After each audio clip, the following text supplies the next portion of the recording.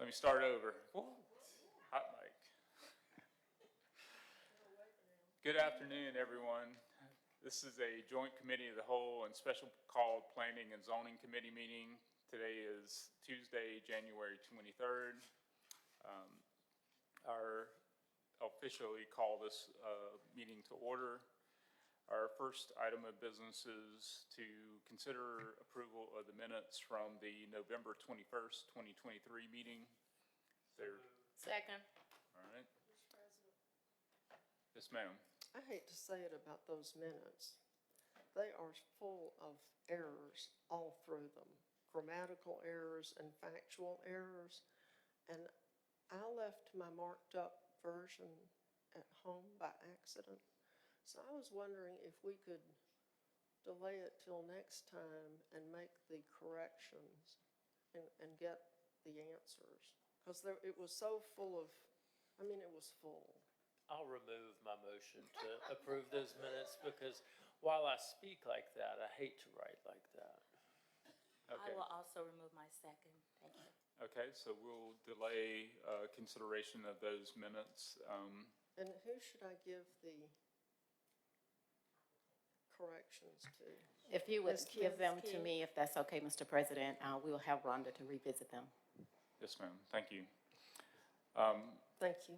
That brings us to our next item on the agenda, the council administrator's reports. Ms. Kidd? Yes, good afternoon, Mr. President, Madam Pro Tem, and councilors and others. I do have before you the administrator's agenda, so I'll be going down the agenda as submitted before you. Under department budget updates, presently the Deputy Council Administrator, Mr. McDaniels, is awaiting departmental feedback as to budgeted items desired in preparing of the 24-25 budget submission. There will be a survey that will be sent to you all to give feedback so he can begin correlating that information. And we will also seek further guidance from the President and the Chair of Budget and Finance. The PIO team continues to create messaging for the approval for the pre-budget educational awareness about the budgeting process. I would like to bring to the council's attention that the 24-25 budget will or should contain funding for the Gallery of Distinguished Citizens expense. There are 8 inductees to consider. The last administration did not hold an induction, reception, or dinner. There are no hard guidelines as to what names are put into nomination as far as I know. It is dependent upon the vote of the council to accept the names put into nomination. We as staff continue to determine how any future inductees will be displayed and the associated costs should be that the council should expense in this coming fiscal year budget. I've spoken in the past with the administration leadership to if it is that you all decide to go ahead and how we do it. The busts that are down there, there's no more room in that area. They are so heavy that it would take a wall comparable to the wall that's in the gallery to support that. But I'm not sure at this time if that company is still in effect. So as soon as you all give us guidance as to whether or not you're going to move forward with the continuation of this recognition, then we will more aggressively seek out cost and alternatives for displaying it digitally or trying to locate someplace in the city to get those displayed. Moving on to the second item of business, which is district budgets. You should have before you your quarterly discretionary expenditure status report, as well as your operation budget status report. Ms. Jolly, under the guidance of Mr. McDaniels and Ms. Horn, has created a teams for the review of district budgets by districts. Each district will only be able on Microsoft Teams to view their information, and it will be done and updated quarterly for you. Or if you need certainly information in the interim, we can provide that for you. And if anyone in your office is needing a tutorial on how to access Team, please see Ms. Jolly. As to staff and office concerns, A communication was sent today detailing the change in roles and responsibilities within central staff. Please keep in mind that development in central staff has always been dictated by the realization that we do not have enough staff for any one person to be the sole holder of information or expertise. Our philosophy is to develop deep so as to limit as much disruption as possible in the delivery of service. Please help me to ensure that this communication is being done and followed through. If it is ever communicated to you, please let us know that if you're being told I don't do this or this is not my job. I haven't heard that in a while, but if so, please alert myself or Mr. McDaniel so that we can be sure to get that person trained on what you need, if nothing else other than to say, let me get back with you. We want to provide the best service that we can, but it is difficult when we don't know what needs to be corrected. Under departmental concerns, the council chamber renovation completion is still in progress. We continue to work with the clerk's office on getting Granicus back online. The work continues daily. We are closer to resolving that issue. Connectivity and integration appears to be the issue, and he is in contact with those who can assist him with getting us back online. Staff inquired today about the cushion needed on the bench seating that your staff is sitting on. Where's India? Yeah, raise your hand. Yeah. India is uncomfortable, and we strive to make her comfortable. So I put in a call to our consultant, or I texted her, emailed her, and we're gonna get a vendor to replace those if she cannot get those to us in short order. So we are going to follow up with that more intently on tomorrow. Thank you, Ms. Kidd. You're welcome. I am discussing alternatives with IMS for us to work more aggressively to go paperless within the department. This certainly would be a cost expense for the department. However, given the finite space that we have, I want to continue to gather information around our alternatives. And some are doing it better than others, but there's still too much paper that we are discarding on a daily basis, and it can start at my office. So we're looking at, one time we had discussed desk scanners so that we could scan paper back into it and go to the computer if we got it. But certainly we have, we're gonna work with IMS to see if we can get whatever equipment we need to cut our paper consumption. Constituent complaints and concern, there are none that I know of presently that have come to me. And lastly, council travel events and invitations, they are before you as printed. And always, I would like to leave opportunity for questions from you and directives.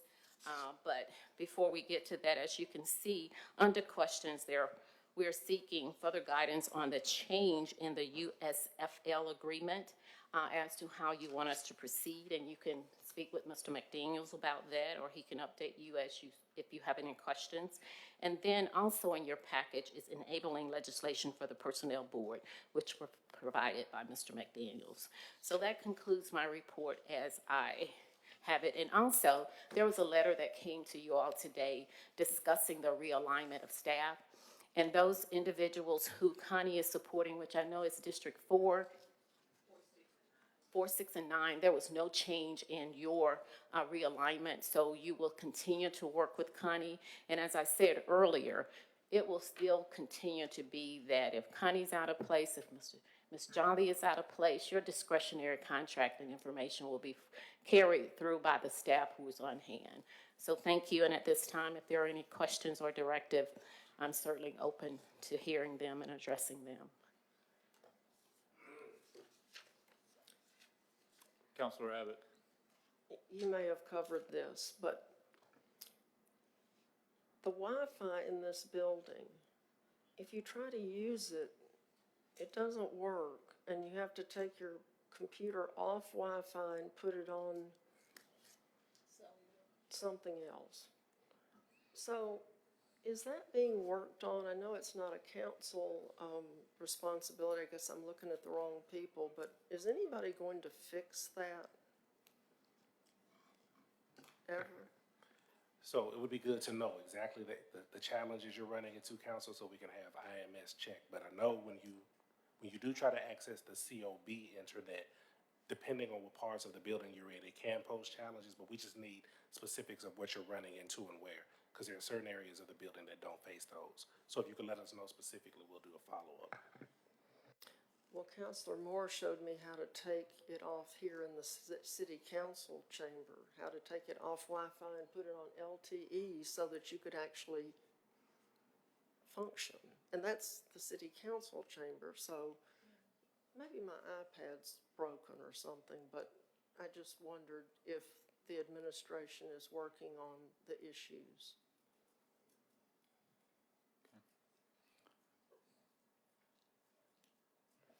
We'll do a follow-up on that, council, because I think it's probably important too for us to talk, or have IMS talk to you all about if there's a lot of browsing that's happening on the network, then that could pose challenges. It shouldn't affect your voting, but browsing it should. It probably does. So we'll have IMS follow up with the council leadership on it.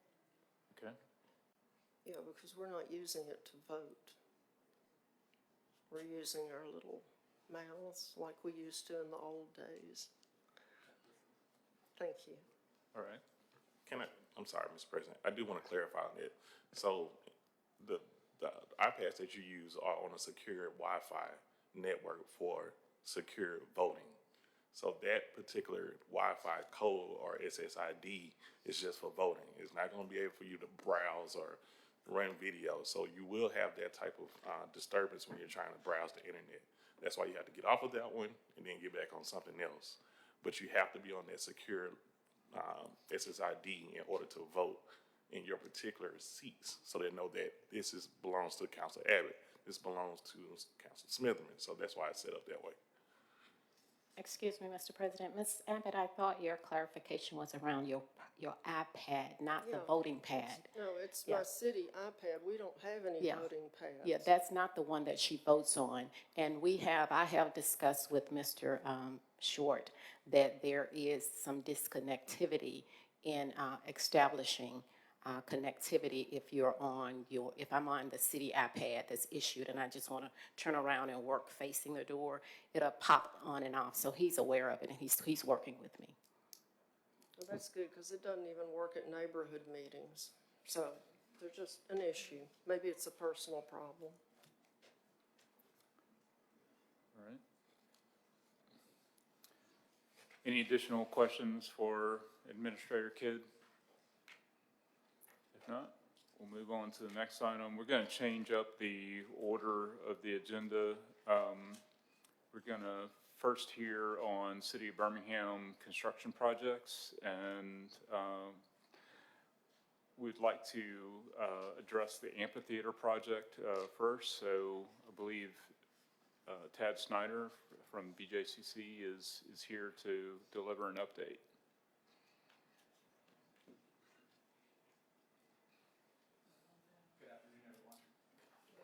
Turn the mic on. Press the gray button. There you go. Like that? Can you help me distribute these?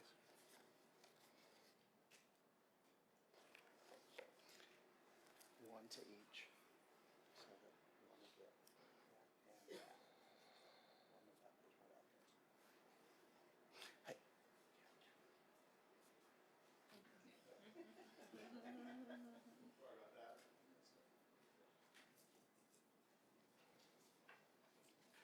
I could do it from memory, but I'm not sure about that. Shortly, you're going to have in front of you two documents.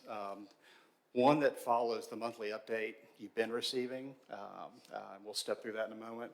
Another that has some illustrations and renderings of kind of where the state of the design exists today. I'm going to apologize. Some are going to get this in color. Some are going to get it in black and white. Our printer was not cooperating to get here, but I'll email it to you so you'll have a color copy. If we just step through, kind of at the very beginning, of this project, closing on the financing late last fall, in the package, the update you receive every month, there's a sources and uses exhibit that is not going to change. I mean, it's going to stay the same through the balance of the project. There's a total project budget, program budget, not just construction budget, that relates to the amphitheater construction and the parking deck that's part of the amphitheater site. that you'll find in your project. This will continue to refine until we get to actual public bidding of the work, and that's when we're going to know the actual price. The estimates are obviously an instrumental, guidepost, what we need to plan, but when we open the bids is when we're going to know what the actual price of the different elements of the project are. A conceptual site plan that is becoming less and less conceptual every week that goes by. You'll see just, kind of the program elements and how the project sits on the site, bounded by 15th Avenue, 25th Street, and then 22nd Street on the west side.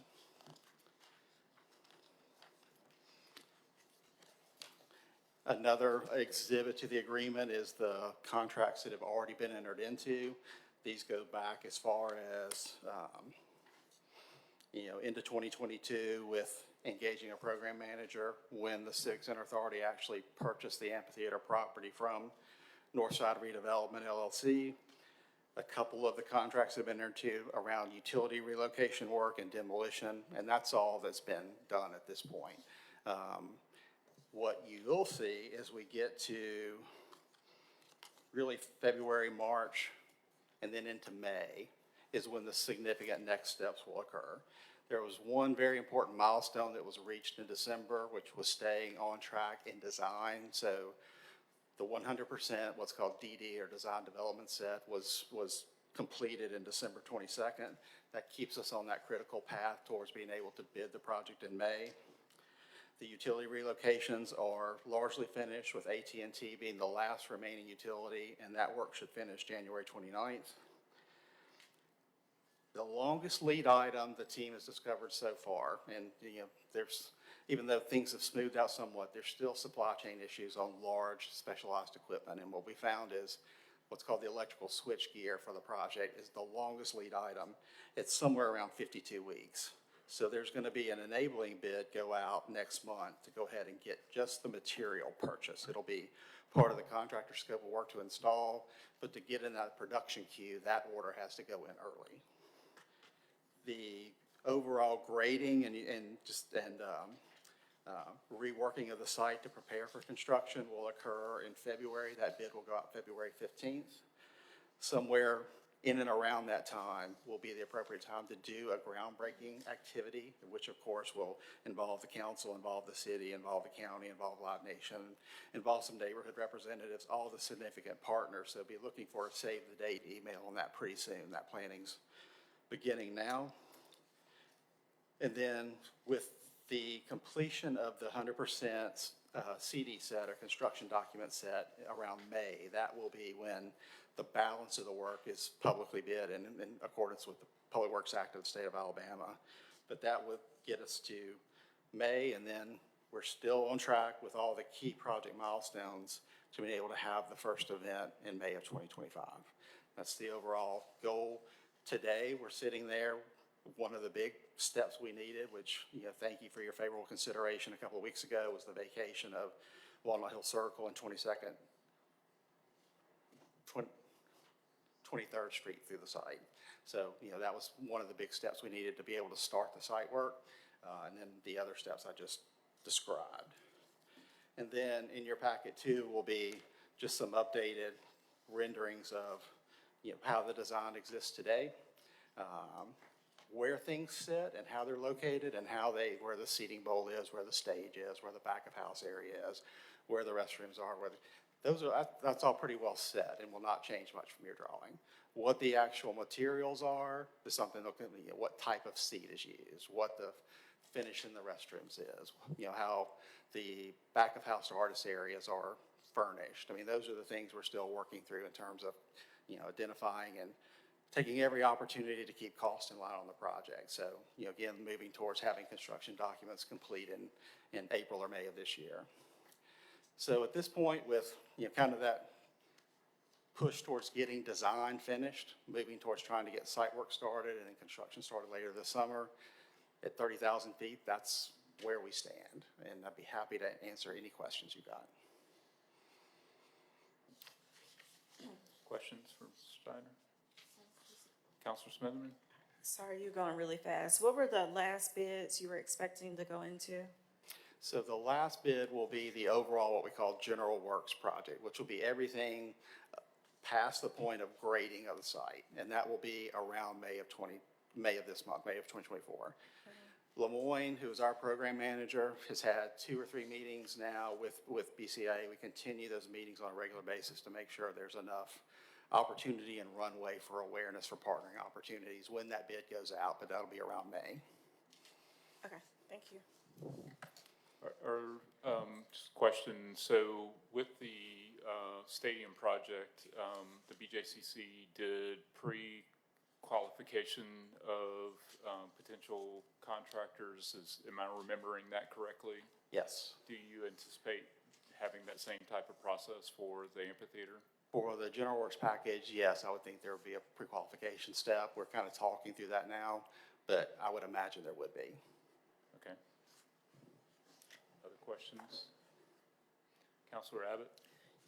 I wanted to know if y'all have any idea how much excavation will have to be done to put the amphitheater where it's going to be, and if you know what's under the ground. So if I could take those in reverse. So we do know what's under the ground at this point. There's been enough of the geotechnical work to understand the site. Any construction site, and I might sound like I know what I'm talking about, but I have to listen to our experts. Any site has, a cut and fill ratio to it. Do you have to remove dirt here? Do you have to add dirt here? There is some haul off from the site, but we've already identified where that would be. It could potentially be even as close as across the street based on how, that project develops. If not, there's some other close sites, but there will be some dirt that has to be taken from this site and moved somewhere else.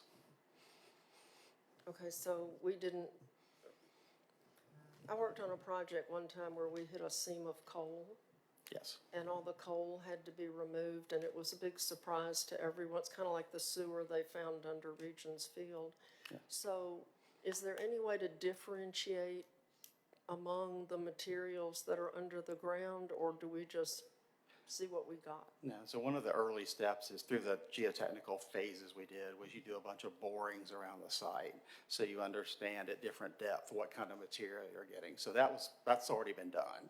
So no one, not that, you never say never, but to the degree that due diligence could be done, it is, and we don't expect to run anything when we get ready to haul off dirt other than dirt. The fuel tanks that are associated with the old helipad have already been removed. Anything that we knew that was subsurface that was going to be something that had to be dealt with, that's already been completed. Okay, thank you.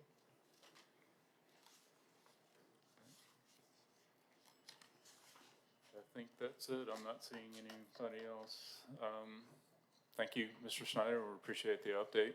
Absolutely. When we get into May, June, the updates will get a lot more exciting. At this point, I know they're kind of boring, but. Yeah. Just to be clear, though, you guys are getting ready to advertise the contract for the electrical switchgear. That should be next month. Yeah, so that advertisement will start, I think, next week. Okay.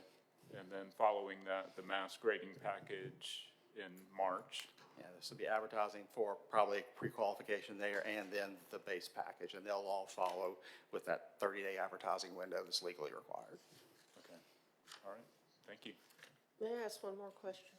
Counselor Abbott? Well, there aren't page numbers, so it's the picture that you gave us where all the surrounding buildings are little white boxes. Yes. So are those the parking decks that were going to remain when the hospital was demolished? Yeah, so the architect didn't render everything off the site exactly the way it exists, but most of those white blocks do represent part of the redevelopment of the old hospital campus. There's too many blocks on that drawing, but yeah, that's what they're meant to allude to, is what would be built across 25th Street. Well, when they do another drawing, can they label them? Absolutely. Good, thank you. Thank you, Mr. Thank you. President. Thank you. All right. All right, next up, we're going to have Mr. Cornell Wesley, Director of the Department of Innovation and Economic Opportunity, talk to us about the status of the Family Fun Center at the Crossplex. Well, good afternoon. My name is Cornell Wesley, proudly serve as, that is a really hot mic, as the Director for the Office of Innovation and Economic Opportunity. We're excited to provide this update for you. We have been in this exercise now for well over a year. The last time we stood before you, we were in pre-construction phase. So this will be an update on how our consultants engage the community, involve the community, the stakeholder engagement, and the data associated with how we arrive at our why, and as we prepare to enter into enter into bid, et cetera. So with me today, I have Mr. Jeffrey Riddle, the principal of RPG, as well as the architect associated with our project, Mr. Eric Clementi. I'm going to pass out a handout that will also be before you digitally, so you can either look at it in front of you or should be on the screen at some point. Good afternoon. Good afternoon. I stood before this body about a year ago, and we talked about the 4U Bayou concept at the Crossplex grounds, and we branded this facility the Birmingham Family Fun Center. And as Mr. Wesley said, I'm Jeff Riddle, RPG Birmingham, and I'm joined by our chief architect, Eric Clementi. As you look on the screen, we took the liberty to hear from the community. We've had 14 community engagement sessions. We've touched 4,000 people. We've hired a feasibility consultant that did actual phone interviews to give an actual pro forma, because before this body, we talked about making sure that this deal penciled, that it could become self-sustaining and how it can work. So in all of our due diligence in hearing from the community, and believe me, they had a lot to say, and we had a lot of back and forth in terms of what they wanted and what they didn't want. So as you go through the renderings, you'll see our big items will be the bowling alley, the skating rink, the event venue, outdoor facilities for movies, concerts, and the like. And then they also wanted something with technology. So we have a flex space there for technology. And all these different venues correlate to make a very unique opportunity for that corridor. As I stated earlier, I'm joined by Eric Clementi, and Eric can talk through some of the renderings that you all will see. But if we can start going through some of the slides. And again, we're standing or situated right there at the roundabout, if you will, right at the Crossplex complex. That's where the actual facility will go. And yesterday, we sat in a meeting with the heads of many of the departments here at the City of Birmingham, talking about how we go through this process with zoning, buildings, and the like. And we received a ton of insights. So we'll make sure as we go before permitting, we've checked all the boxes to make sure this is a state-of-the-art facility that the citizens will enjoy. Even outside, you'll see we have pickleball courts, outdoor exercise equipment, and the like. Next slide. That's a color rendering of what the interior of the facility will look like. And again, a lot of the seniors may comment, okay, we see all this, but what about if we want to walk when it's raining? What do we do in inclement weather like we experienced last Tuesday? So what we did was we built an indoor walking track around the skating rink. Again, multi-purposing, using spaces for more than just one purpose.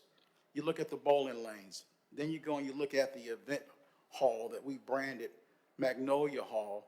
That space flows into the flex technology space where we can do esports, gaming technology, events, TED Talks. Again, another source of revenue there. And then you look on the outside, you got a food hall with kitchen, arcade games. And then again, the skating rink. Outside, you have the areas to lounge and fellowship. We also have joined forces with Culture City, and we have sensory rooms there to make sure that we have a very inclusionary facility going forward. You can read through this, you can look through it, but we try to tie into some historical looks of this great city as we did our architectural planning and design. Also, you'll see a wall of history as you come into the facility, showcasing the history of that corridor. I don't want to go on, but I believe that we answered the bell at this point in terms of hearing from the residents, and it's ongoing. We're still making our monthly engagement sessions. We're getting a lot of feedback, but we believe that as of right now, we have all the meat on the bones that we need to move forth for permitting and bringing this facility to reality. I'm open for any questions. Council Clark. Thank you, Mr. President. Mr. Riddle, Yes, ma'am. just wanted to ask about the parking field. Is there any opportunity to share parking, you know, from other, I mean, is this based on the square footage of the new development, or are you discounting some to leverage other parking or the mass transit that we have You must have heard- nearby? You must have heard yesterday's meeting with Director Fowler, who raised the question of how do we reduce parking to encourage our citizens to use public transportation? We use the parking matrix based on statutory guidelines on a square footage usage basis. However, we do believe that there's room to reduce some of the parking if need be. Yeah, because I think one of the concerns of the residents early on was about, and I don't think you all had been identified at the time, but Mr. Wesley and Mayor Woodfin engaged the leaders, and there was concern about sort of piecemealing the site, and how do we get a more comprehensive vision for the whole site so that we understand, you know, how everything's going to relate. You know, things that might come about later will relate to this, and having some sort of wayfinding system that will let visitors know that there's mass transit opportunities nearby. And Absolutely right. Again, going back to yesterday's meeting. but that might not be for you because you have a finite No, scope. it's not beyond our scope. And the reason I said is because we want people to come. And for them to come, it has to be user-friendly and accessible. And that came up yesterday. Do we do canopies or connectivities with Crossplex and the transit system across the street? Making sure our building is situated where we invite people to the space. So no, your question's not out of line. So But there I is a think the discussion. overall vision for the site is still something the community would like to see. Absolutely. And that might be more of a Cornell and the mayor kind of thing. It's outside my pay grade, ma'am. I Okay.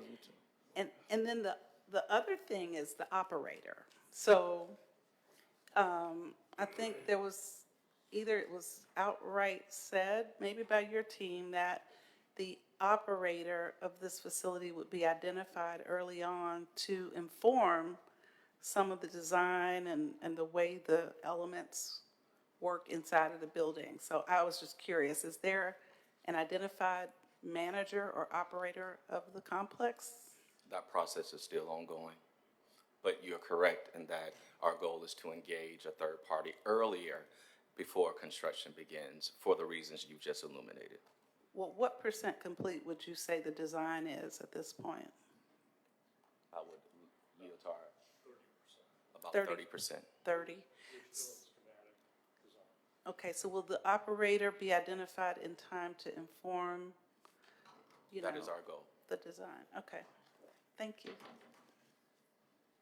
Any other questions, President? Other questions? I'm trying to orient myself here, and I see the north arrow, but I know where Starbucks is. So, because Carol Clark makes sure we all know, so on this drawing that shows the parking and everything, where's Starbucks? Is it up here? Okay, I got you. Thank you. This site actually, the building actually points directly. Eric? Sorry. The top end of the plan points right towards the entrance to Crossplex and the circular fountain. Good, thank you. So, as far as the total project goes, with respect to the Family Fun Center, what sort of timeline are we on? What's our objective in terms of completion date? We're still aiming for a completion completion date of 25, and we are refining our timeline currently as we are looking for our third party and ensuring that the best product as it relates to the architectural design is supreme. So the next update, when we have the opportunity to come back before this body, we'll be able to give you a more definitive timeline as it relates to bid, et cetera. But full stop, our goal is still 25. Okay, and in regards to Councilor Clark's question, so anticipating that as a operator is identified that could potentially alter the design, I'm just kind of planting a seed so that, you know, a future update may, would you say it's fair to say that a future update could, you know, look somewhat significantly different? If I may chime in, we've engaged consultants and experts in all areas that you see here, from Brunswick with the bowling alley and the skating rink professionals. So an operator will actually assist in the operations of the venue. Okay. As far as what's here, this is what the community requested, so we want to move forth with this. We can iterate. So we feel confident that the design is feasible in terms of a financially sustainable, you know, model? Yes, sir, we do. Okay, thank you. Council Williams? I just wanted to thank Cornell and his team for working so hard on this, because it's evident. Thank you. Thank you, sir. May I be excused? Yes. Thank you. Councilor Abbott has another question. Before you escape, as far as the parking is concerned, if the parking is reduced, what would that property be used for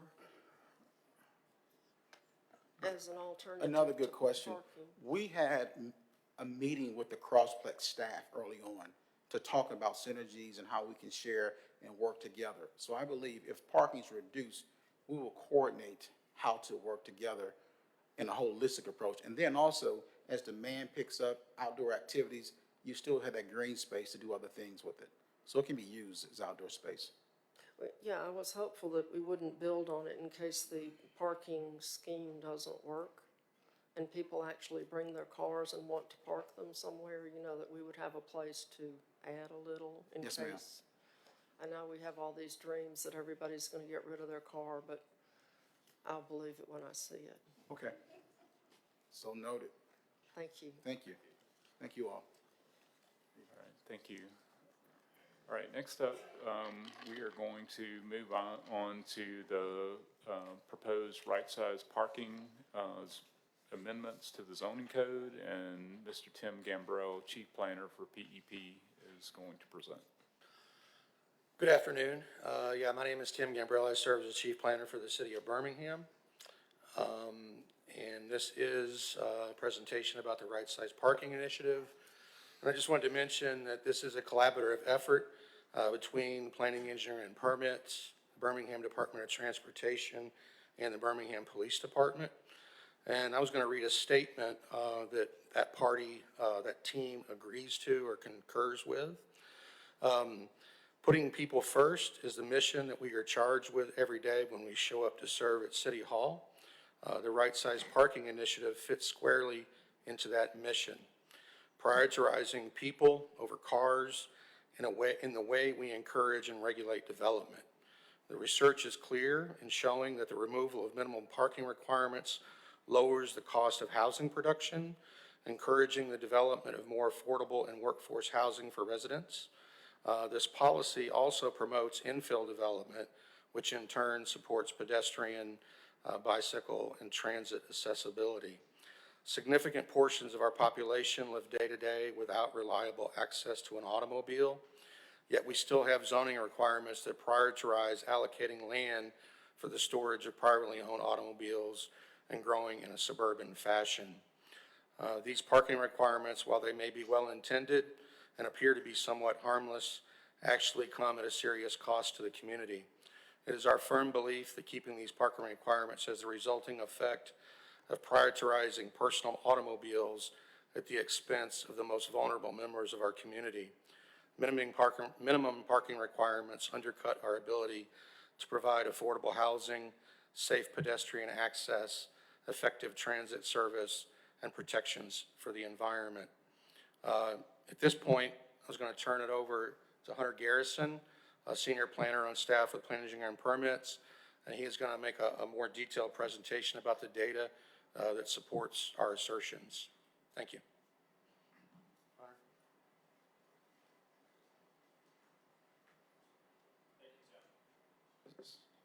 Okay. So my name is Hunter Garrison. I serve as the senior planner in the Department of Planning, Engineering, and Permits. I'm here to introduce the Right Size Parking Initiative. This has been a collaborative effort between my department, the Birmingham Department of Transportation, the Mayor's Office, as well as the Birmingham Police Department. So, what are our current parking requirements today? When a development is built, we require that they build a certain number of parking spaces that's provided on site, as you just saw. They cannot provide more or less than the required number without regulatory action. That action would be a zoning board of adjustments process. And what that means is our minimums are our maximums today. There is a fixed amount of parking that you're required to build. Some parts of downtown, which would be our mixed-use downtown zoning category, do not require a fixed number of parking, and some have a 50% reduction, which would be mixed-use high. There's small discounts available today for transit proximity or bike rack installation. So, key proposed changes. Minimum parking requirements are removed. Previous minimums become the new maximums for surface parking lots. Parking decks do not have a maximum if the ground level is activated. Developments over a certain size, which would be 25,000 and 50,000 square feet, must submit a transportation demand management plan, which I'll get into in a little bit later. And then some development types have bicycle parking requirements. And if accessible via maintained good condition alleyway, residential parking would be required to be in the rear. But that is only if the alley is in good condition and is maintained. So, jumping in, what does this do? This is not about building no parking. It's about building the right amount. You can see in the image up here that a big box retail store is pretty much legal to build everywhere if it's in the appropriate zoning district, whereas a walkable, traditional, urban-style development is illegal to build throughout most of the country, including Birmingham. So what this aims to do is encourage infill development on vacant and smaller lots. It can enable affordable housing construction, can improve walkability and pedestrian safety. It makes transit more viable due to increased density along corridors, and addresses stormwater, urban heat island effect, and climate change. So what this doesn't do, this does not eliminate parking altogether. And I want to talk a little bit more about that one real quick. Throughout the vast majority of cities in the United States that have done this, there are very few developments that abolish, or in cities that have abolished parking minimums, that get built without parking. This simply lets the market dictate how much parking is needed for that site, and they build what they feel is appropriate for their business. Today, across the United States, cities have all adopted pretty much the exact same parking minimums, and they're all getting the same result, which is an overabundance of parking. But parking, I need to underline this, does not go away. We have even seen in the city of Birmingham where developments have rezoned to mixed-use downtown, in part to avoid the minimum parking requirements, and they still build parking. They just build a level of parking that is appropriate to their development and the location of that development. So going further, this does not remove ADA parking requirements. That remains the same. It doesn't address curbside parking enforcement. That's a separate issue. We know it is an issue, but this is a long-term land use plan or land use change. This doesn't address parking in front yards. That's code enforcement. And it doesn't affect residents' private driveways or garages. So two of the cities that were the first to do this were Seattle and Buffalo. And in Buffalo, which is a city that is most similar to Birmingham of those two, 83% of their new developments still included a level of off-street parking. So here's the number of variances we've granted for parking since 2016. This is throughout town, so 1,200 in Southside, almost 1,400 in 5 Points South, and then nearly 300 in Forest Park. So as part of this process, we went out to the public, we went out to the community, and we wanted to get their thoughts on that, so their opinions. So here's some of the engagement that we've done throughout that process. We created a stakeholder working group through the Planning Commission, which had 3 meetings to workshop this and discuss it further. The first meeting was on minimum parking reform. Then we discussed the transportation demand management plans. And then finally, our partners at BDOT presented their parking enforcement strategy and 12-step plan. Then we had 4 public engagement opportunities. 2 of those were in person. One was at the Crossplex. The other was at the Avondale Public Library. Two were online webinars that people could attend. And then we had a TDM introduction to our development community, where we sent out an invitation for them to discuss the TDM requirements with us, and there were two opportunities back-to-back on December 20th and the 21st. So through that working group, we conducted surveys.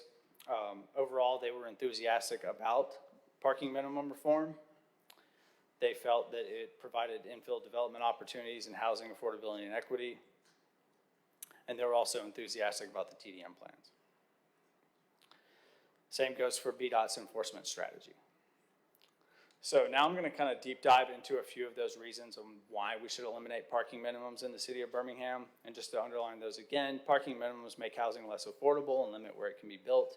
Parking minimums make sprawl endemic. Parking minimums block redevelopment of vacant or underutilized buildings, as these minimums can make projects infeasible. And then parking contributes to environmental hazards. So housing cost is inflated by parking minimums. This is a big one. I'm not going to read this whole block of text. But what we see is that because lower income families or individuals are less likely to own numerous vehicles, whereas high income residents typically own more vehicles, that 5 lower income households must purchase more parking than they need to ensure that one higher income household can park all of its vehicles with no extra cost. So, parking isn't free, even if it's viewed as free or seen as free in an apartment development. If that developer must obtain more land to build the required parking, that cost is going to be passed on to the consumer, who is the tenant in that case. So again, the research shows that in 2016, the typical cost renters paid per month for parking was $142. Adjusted for inflation, that's $200 a month. If you're a higher income individual, that $200 a month may come out in the wash and it may not be a big deal, but I want us to think about the single mother in Birmingham who maybe has 2 or 3 kids. Maybe she doesn't even own a car or is transit reliant. In our current zoning code, if she wants a 2-bedroom apartment, that requires 1.5 parking spaces per unit. So she's paying for 1.5 parking spaces, even when the maximum number of parking spaces she can ever really use is 1. And that $200 a month that's groceries. So you can see, when you look at our, this data is from American Community Survey, many of our census blocks have a large number of households that do not own a single automobile. The average number for that in Birmingham census blocks is around 20%, or 1 in 5 households that do not have a single car.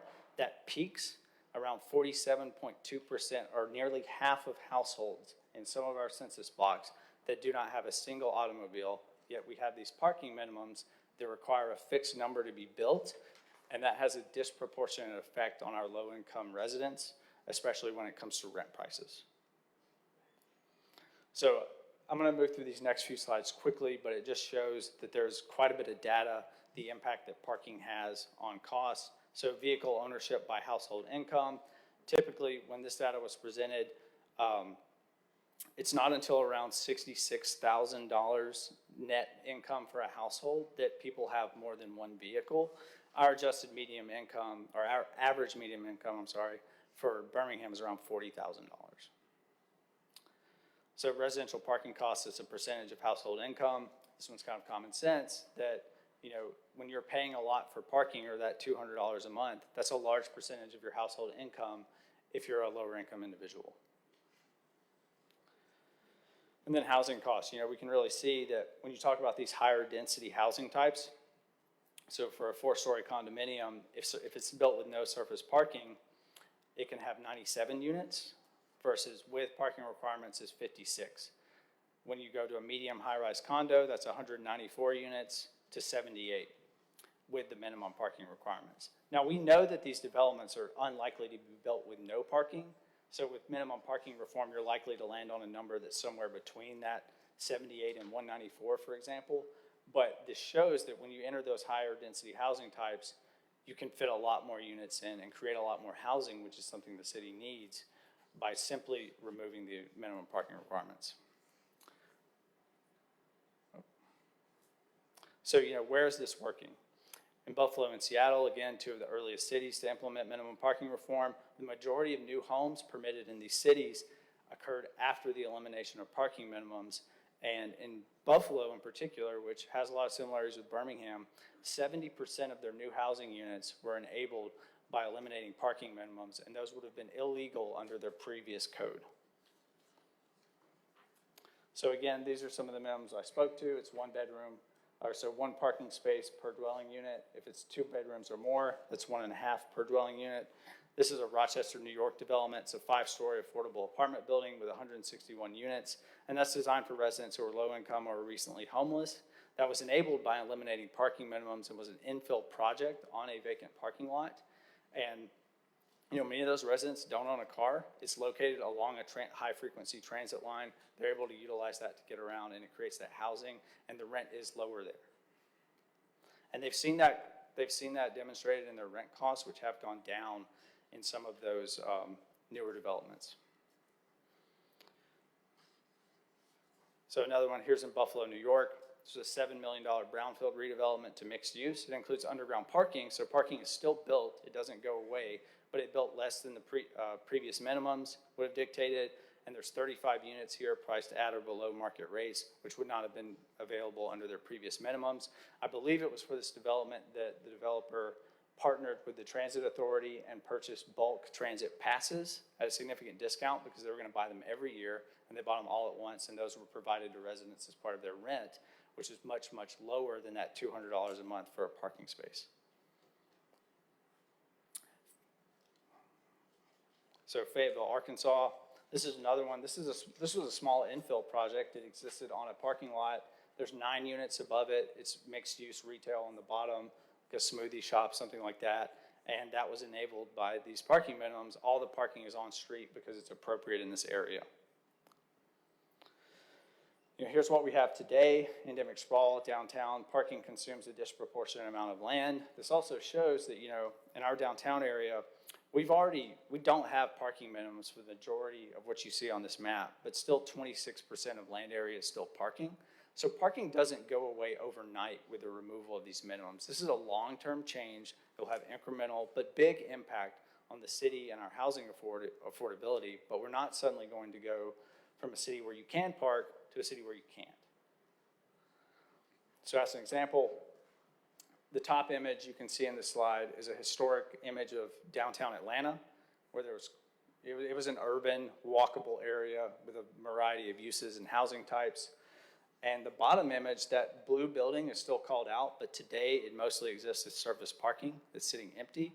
And I think what's interesting about this is that, as a planner, we're often guilty of looking at things from too far away, too zoomed out. You look at a land use or a zoning map, and you just see red for retail or commercial or multifamily.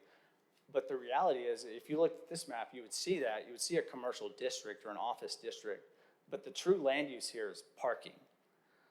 The other uses are ancillary to that. So endemic sprawl, this type of building, these minimum parking requirements contribute to a lot of curb cuts. We have these missing teeth as buildings are demolished to make way for the parking. This makes our pedestrians and most vulnerable population, particularly children and the disabled, if you're in a wheelchair, crossing curb cuts is a threat to you because vehicles are getting larger, and the more of those parking lot entries we have on our right-of-ways, the less pedestrian-friendly we are. So, and this is kind of what we get as a result. We have these shopping centers where a lot of times the land is sitting vacant, it's rarely fully occupied, or even in this corner lot in Lakeview where, yes, the parking is utilized, that's a prime corner lot that could be activated and contributing to our city, and instead we're dedicating it to the storage of private vehicles. So, getting rid of these parking minimums enables sprawl repair and infill. So you can see this is from the sprawl repair manual, these two side-by-side drawings. The left one is a conventional big box sort of suburban land use pattern. The right one is the exact same area, and they're still parking, but they've utilized infill buildings to reactivate that space, create a walkable mixed-use center, and that can really boost and revitalize these developments that struggle, because we do see a life cycle with these. Typically you have a big marquee tenant, Target, whoever, Walmart, they go into one of these big box centers, then they move on 20 years later, it becomes a discount grocery, that struggles. 15 years later, Eastwood's a really good example. And those strip centers struggle, and it's not the parking that's sustaining them. So all that's to say is that this type of development is in reach. This is in Cambridge, Massachusetts. So they removed parking minimums, and they had this sort of missing tooth in this traditional walkable downtown area, and that was filled in with the CVS pharmacy. It complements the sidewalk network. It's safer for pedestrians, and that's a use that people want to see in their neighborhood. So environmental effects. Parking contributes to flooding issues. More impervious surface means less places for water to filter, which leads to more flooding. And one thing that we've been asked during this process is, well, are you just replacing impervious parking lots with impervious buildings? And on a micro scale, that can be true. But the reality is that, development is going to be built that they want to build. But we're requiring this extra parking that's spreading everything out and causing us to sprawl out. So for every X square footage of retail, we're also requiring all of this parking, and then it's creating these gaps in our system, in our city, that's more impervious surface. We're also addressing this within the TDM plan, which applies to the larger developments. They can implement our low impact development or LID measures to obtain the necessary points that they would need to be approved, and that will also help mitigate some of the stormwater issues. So urban heat island effect, it's hotter where there's more asphalt. I think, that's common sense to a lot of people. And also, buildings do at least provide a level of shade, whereas if you're walking downtown and you have to walk by those surface parking lots, you experience that it's hotter in the summer. And then, finally, these parking minimums are not science-based or data-driven to begin with. They're based on what's called the ITE Parking Generation Manual. This manual was created in the 60s and 70s, and it has a base assumption that auto-oriented suburban-style development is the ideal, that that's the goal and that's what we're reaching for, ultimate parking convenience. So we want a generous parking supply. It disperses our development because we have to allocate all of this land to parking. That increases vehicle ownership because suddenly you have to have a car to get around. That makes us plan in an auto-oriented style. It reduces travel options. Alternative modes become stigmatized. If you're riding the bus, you're seen as an other, or if you're walking or riding a bike, it's because you're poor. Then we suburbanize and degrade our cities, leads to more auto-oriented land use planning, and then more and more parking. So eventually we have to break the cycle. The other thing I'd like to add about this ITE Parking Generation Manual is that, it doesn't vary depending on land use context. It doesn't factor in that you may be in a traditional urban neighborhood or downtown. It all assumes like suburbanism. And those numbers are formulated by conducting parking lot surveys on Black Friday. So they literally go out and count how many cars are in a parking lot on the single busiest day of the year for retail destinations. Then they average that and they say that's the number. And that's the fixed number. So Donald Shoup, who is a urban planning professor at UCLA, he's sort of the godfather of minimum parking reform movement. He has a really great analogy for that. And it is sort of like if we took an average of how much food all of us eat on Thanksgiving and demanded that restaurants provide that much food every time we go out to eat. There would be a lot of waste in our system if we did that. And we have a lot of parking waste because that's essentially what we're doing. We're not letting a business owner who knows their business far better than I do because I'm an urban planner. I don't own a furniture store. I don't cut hair. I don't have a restaurant. They should be able to see, I'm at this site that is pedestrian friendly or is accessible via our BRT system, transit, it's walkable. I probably only need this many spots. Furthermore, the bank will check that before they can get financing. So there are a number of checks on that are in effect, and planners really shouldn't be the ones regulating it. So here's a few case studies. Here's what happened in Buffalo. So in their mixed use district, they had a net reduction in the number of parking spaces built after they removed parking minimums. This is from the Journal of the American Planning Association. It analyzed 37 major new developments over 2 years. In the residential, commercial, civic spaces, they built about the same amount of parking. In fact, it was equal to or an increase over their previous requirements.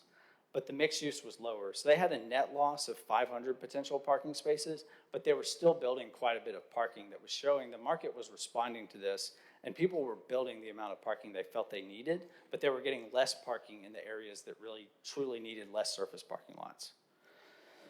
So Chris Hawley from the City of Buffalo Office of Strategic Planning, the sky is not falling. This is basically the same thing mapped. They showed across town, some developments built the same amount of parking, others built less, a few built more.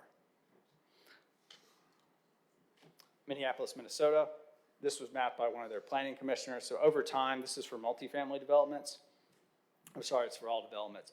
Over time, after they eliminated parking minimums, there's a net trend line down, but the development community is fairly conservative and they're going to build the parking they think they need. So they saw a decrease, but it was not abolished overnight. And that's not something we anticipate seeing or believe we will see. It's just simply a right sizing of the parking. It does not go away and it is not a binary thing. We're really strictly talking about minimum parking requirements, the impact they have, and how much parking is built as a result of that. So here's another one this is from Jefferson County, Kentucky, which this is analysis of property tax generated by these lots. And this is a really big one. So this multifamily high-rise brings in $384,000 annually in that property tax. All of these surface parking lots don't bring in a quarter of that combined. So it is not a good financial policy or investment for our city to require these parking minimums, because not only do they bring in virtually no revenue, we're also having to maintain right-of-way. There's water and sewer, all the infrastructure we have to provide through this huge swath of land, like this acreage of parcels that we're getting zero return on investment for. We're essentially giving away this land so people can privately store vehicles, and oftentimes it's sitting empty. So how's it been received in these cities? Planning Director of South Bend, Indiana. We've seen no real downsides, and it's been a big help for small-scale revitalization and development. And I do want to underline that, this doesn't just affect large developments. This affects small business owners. If they want to open a business, the parking requirements could keep them from doing that, because they may not have the funding to require or to acquire that extra land they need to dedicate to surface parking. So Chattanooga's also had a lot of success, and they say, it's a great way for Birmingham to double down on its investment in transit and BRT, which is another point I should underline, that, with transit, our colleagues at BDOT have shown you need about 15 dwelling units per acre for transit to truly become self-sustaining with our BRT. With these minimum parking requirements, we're spacing everything out so much that we're essentially undercutting that investment and making it much, much, much harder to achieve that level of density that makes our transit system viable. So these are from some peer interviews that Austin, Texas did, and they made available to the public as they were working through this same process. Austin passed their minimum parking reform in December of this year. So when they spoke with Raleigh, they said it's made housing possible in many places where it wasn't, older areas of town are where we've really seen it work. And what would you say to other cities, including Austin, that are considering this reform? The time is right for tackling this. These are paper-thin, legacy car-oriented regulations, and they can be overcome.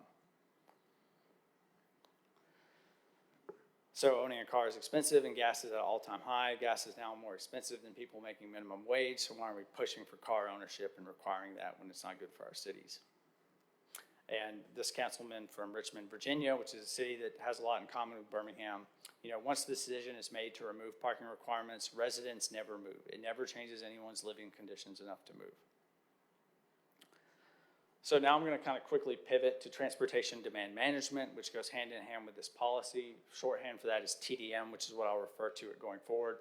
But parking minimums assume that the only viable mode is an automobile. So the assumption is that everyone will drive a single occupancy vehicle to every destination.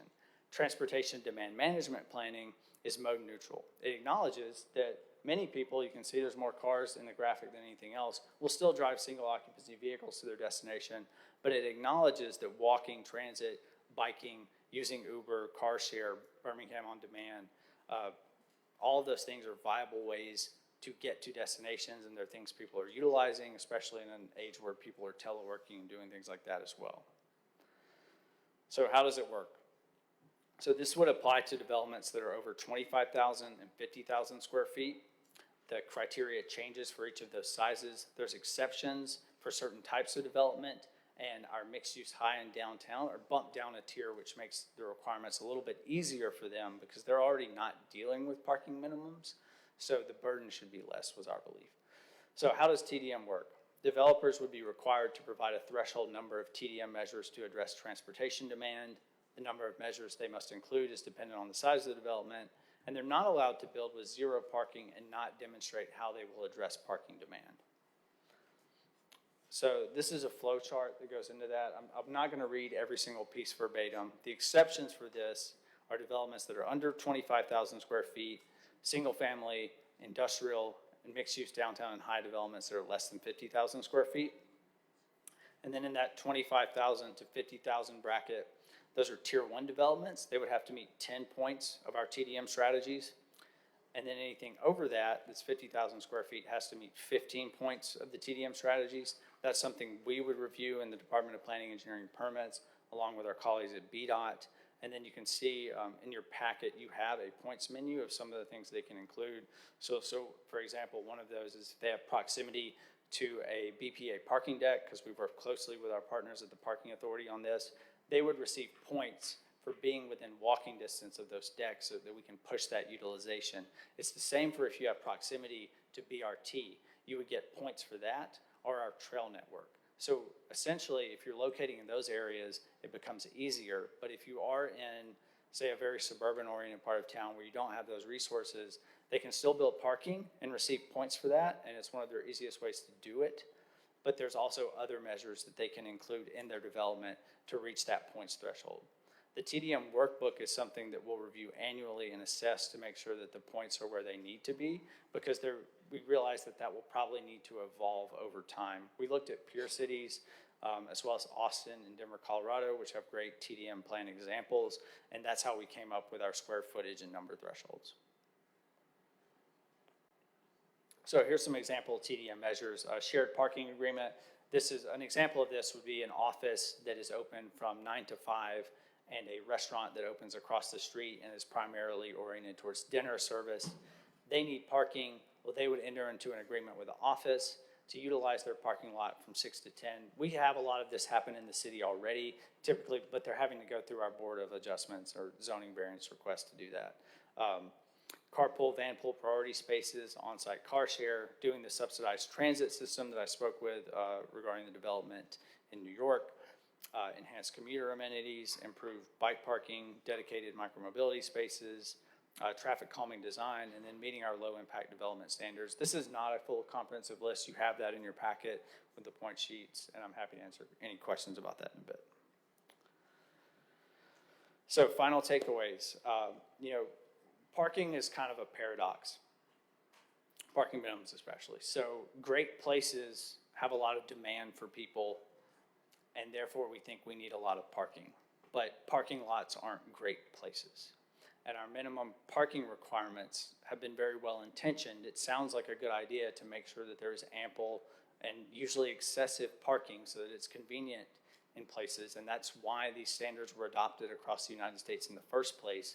But we've seen that we're really living with a lot of unintended consequences of those, and those disproportionately affect our lowest income residents, particularly as it relates to housing costs. The only real downside is that parking could, over time, become slightly less convenient in some of those locations. So, thank you. Thank you. Questions from Mr. Garrison?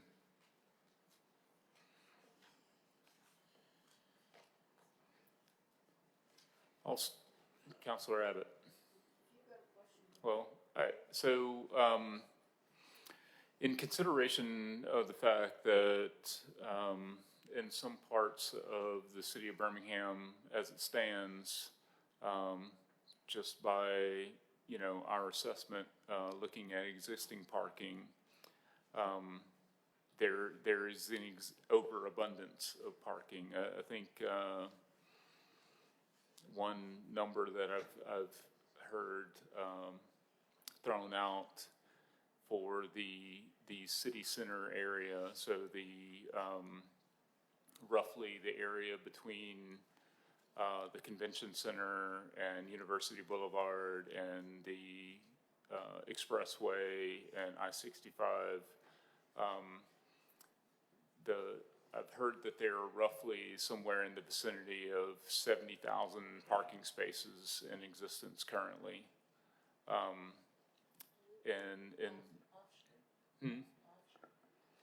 Yes, yeah, off-street parking. Anyway, I think, one of your slides that you showed that there, even with the current zoning that exists, so much of downtown is zoned in mixed-use downtown or, what is it, B5 or whatever that, yeah, B4. So there's no parking requirement for that existing zoning yet. We have an overabundance of parking that has been built. My question is that going even beyond eliminating parking minimums, is it conceivable to consider putting a prohibition on the construction of new parking in those types of instances where you already have an overabundance of parking that's underutilized? So what I'm suggesting is, rather than simply letting a developer make a determination of what parking they want to construct for a new construction, in a situation like we have in downtown Birmingham where there's already an overabundance, could we take this a step further and consider actual prohibitions on building additional parking in those types of settings? So that's certainly something we could consider. It's not part of the proposal today.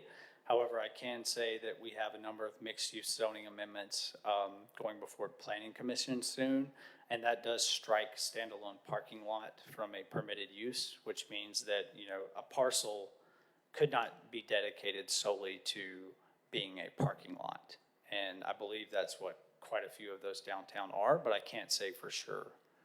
Yeah. So I stating sort of my concern differently is that with this proposal, is there any consideration for making a larger assessment of the area? So let me use a different example of town. So let's take the Parkway East area, where there's a lot of highway-oriented development, a lot of surface parking that has been built along there. So lots of existing parking, overabundance of parking there. For, areas like that, is there some consideration built into the proposed changes that makes that high-level assessment of an area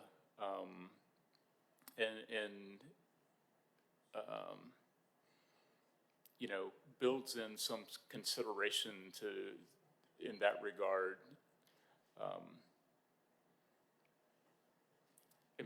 Conversely, I don't know if I'm articulating this correctly, but, what I see is the zoning code addressing particular projects, individual pieces of property, and new development. What I'm not seeing is sort of the high-level assessment and sort of monitoring in trying to plan long-term. I don't know if I'm effectively communicating, but in any case. Well, I would think, and I'm hopefully able to answer the question, is first, is we felt as staff and coordinating with BDOT that this was the best first step and to keep it at this level at this point. But what I will say, one way that it could address some of those larger, essentially vacant lots is that today, because of the way the minimum parking requirements are, they must remain that way because they're supplying parking to that use. However, if this initiative is passed and those parking minimums are removed, then suddenly those areas become infill opportunities, which they are not today. I hope that answers your question. Tim, do you want to? Yeah. I was going to add that I do know that there are developers that are kind of working in partnership and saying, we have several developments in this general area. How can we work together to share these spaces, provide the right amount of spaces at the right time of day? You've got 3 or 4 different uses or larger users. They have a demand, but maybe it's not all at the same time. And so they can work together to create a parking model for, them collectively and probably further restrict parking, or not restrict, but further limit the amount of parking they have to build. And I would also say that, to follow on to what Hunter mentioned, the other ordinance, may limit the ability to build a standalone parking lot. But at the same time, somebody who's building a larger development and they're building a deck and they want to do over on that deck, then, we're sort of incentivizing that in a way, that we would prefer to see parking in a structure than on a surface lot. And so in the situation I was describing earlier, where you have 3 or 4 developers, one of those developers has a large lot or a large deck that they're not fully utilizing, then those different developers could share that space and be more efficient, how they provide and manage their parking. Likewise, they could work with the Birmingham Parking Authority to do the same. So in our existing zoning code, if a development does not meet the current parking requirements as they exist, is there a provision that allows,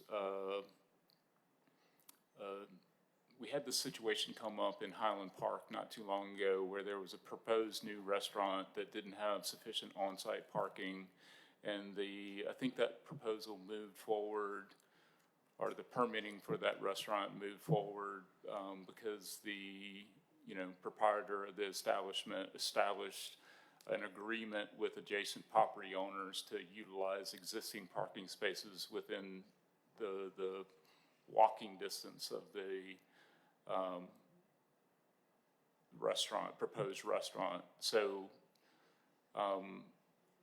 that's possible currently. That type of arrangement is possible currently. That is correct. Yeah, you currently can do a shared parking agreement. And moving forward, I would imagine, I think just as Hunter mentioned in the presentation, as I was mentioning earlier, there'll probably be a lot of that, shared parking agreements. Different developers working together to share assets to save money and provide the parking they need at the same time. Right.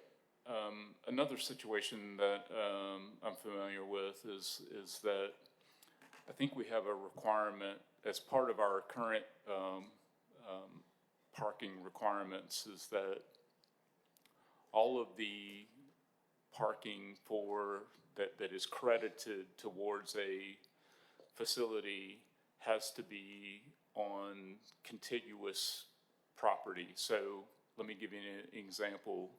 Groveland Baptist Church, 5th Avenue North, near Woodlawn, wanted to construct to rezone a piece of property from a residential to use it for a parking lot for the church. However, the site that they wanted to build the parking lot on was across the street.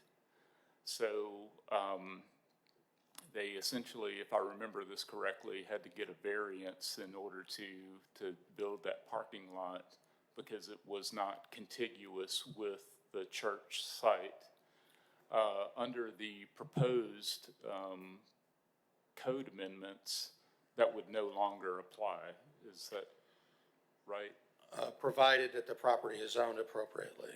Yeah, so you wouldn't necessarily be able to build a parking lot in an R3 district standalone.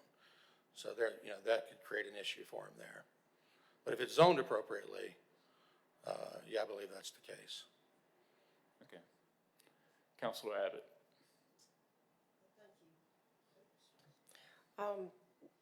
We've been told that this was not retroactive. Is that still the truth? I mean, y'all are the ones who told us it wasn't retroactive, so it's not like somebody else told us. No, what we stated was that when you guys, if this is passed, if the council chooses to vote and pass this amendment, then that becomes our ordinance and that is the law in the city of Birmingham. So it is retroactive. as is any zoning amendment that is passed by this body. Okay. So I'm sure y'all have done a study of downtown Birmingham. Who owns the surface lots in Birmingham now? I mean, I know the parking authority has one big one down near the railroad tracks, but who owns, are they privately owned or do we own them? I don't know who owns every private lot in downtown Birmingham.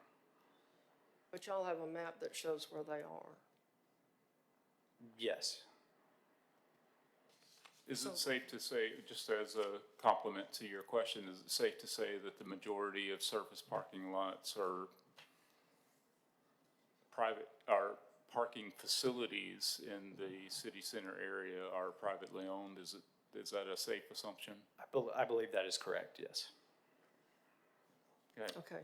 And then if people, now we're going to do away with the minimums, but we're going to have limits on the maximums.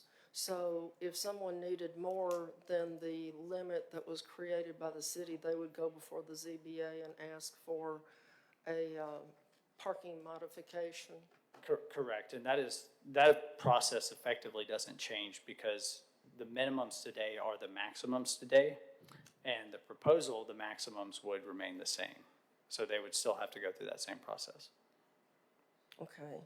And on page 3, it says if accessible via a maintained good condition alleyway, residential parking would be in the rear. So that's retroactive too? People will destroy their backyards to make them parking lots? No, because it would have to be accessible via that well-maintained alleyway. Oh, we don't have any of those. Well, there you go. Yeah, that fixes that one. Who decides whether they're considered to be well-maintained and good condition? Will they be upgraded? Yeah, Director Fowler. It will be, I'm sorry, Ms. So Atkins. there's an upgrade project that y'all have for next year's budget? We do consider alleyways when we do paving, yes. Or passion projects, yes, but they'll be done by BDOT. Okay. So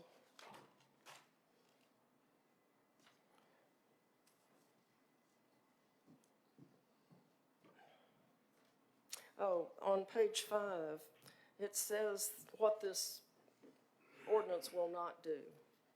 And one of the things it will not do is affect residents' private driveways or garages. But if they don't have any private driveways or garages and they park on the street, will everyone who needs parking be sharing the exact same street parking? Yes, as they do today in those neighborhoods and at those residences.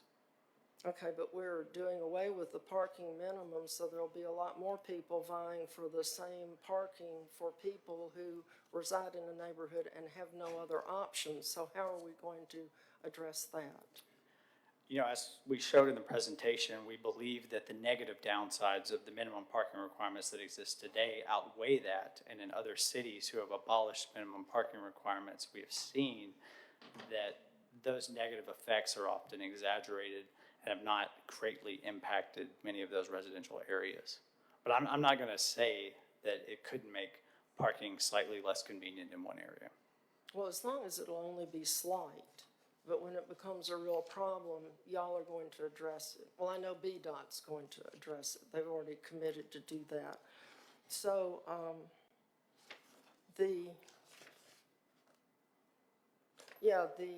on page 6, where we're bragging about the number of parking space reductions granted by the Zoning Board of Adjustment, and we pointed out 5 Points and Lakeview and Avondale. And a lot of those decisions were mistakes. So they didn't require people to have parking, and then the people went and parked in front of people's houses nearby, and they park across their driveways and other things and refused to leave. So I wouldn't talk about the ones that were disasters, like 5 Points South, where even the police park in front of the fire hydrants because there's no parking. All I can say to that is that illegal parking is illegal parking, and in that case, they're breaking the law, and BDOT has increased their enforcement. And when does that start, or will that be part of their presentation? I think that, I'm sorry, Mr. President, that's a different conversation that we can update the council on, that we're trying to do a new initiative with correcting the parking enforcement in the city of Birmingham, especially in the central city business district. Okay, well, 5 Points South needs some heavy-duty help. Yes, we understand. We just want to make sure that we'll update the council accordingly. Okay, and the low-income people that don't have cars, I didn't put a number on this page, but I think you told us that 1 in 5 Birmingham residents don't own a car? Many census blocks in the city have around a 20% rate where households do not own a vehicle. That's not every census block. Some are much higher than that. Some are lower, but on average, it's about 1 in 5. Okay.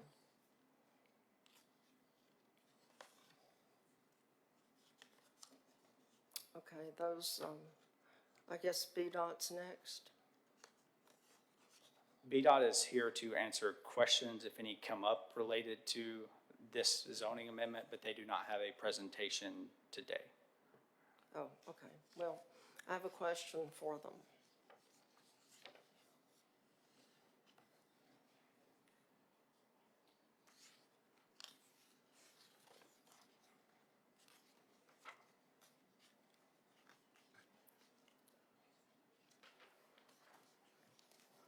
Okay, and this is the question. I'll let you introduce yourself first. Yes, ma'am. My name is James Fowler, and I serve as the director of the city's Department of Transportation. And your friends? Yes. Good afternoon, Christina Argo with the Department of Transportation. Field Morton, I'm a lieutenant with the police department. Good. Now, the question is, when are we going to see the resident-only parking proposal?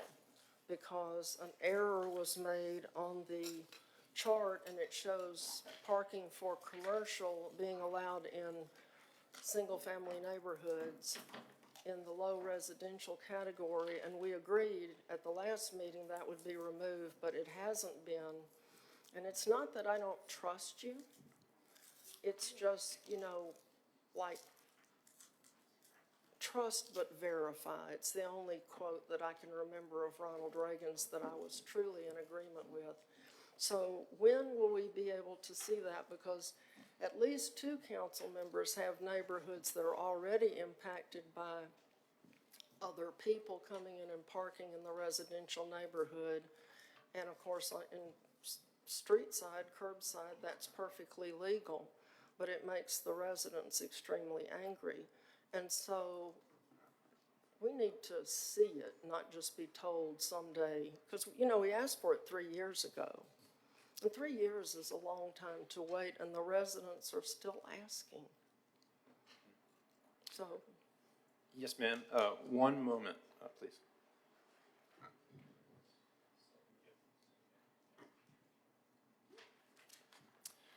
Ms. Argo is going to hand out a summary of our on-street parking enforcement strategy. So when you receive it, you'll see that there are 12 steps that we want to move through to get to the point of having a residential management strategy.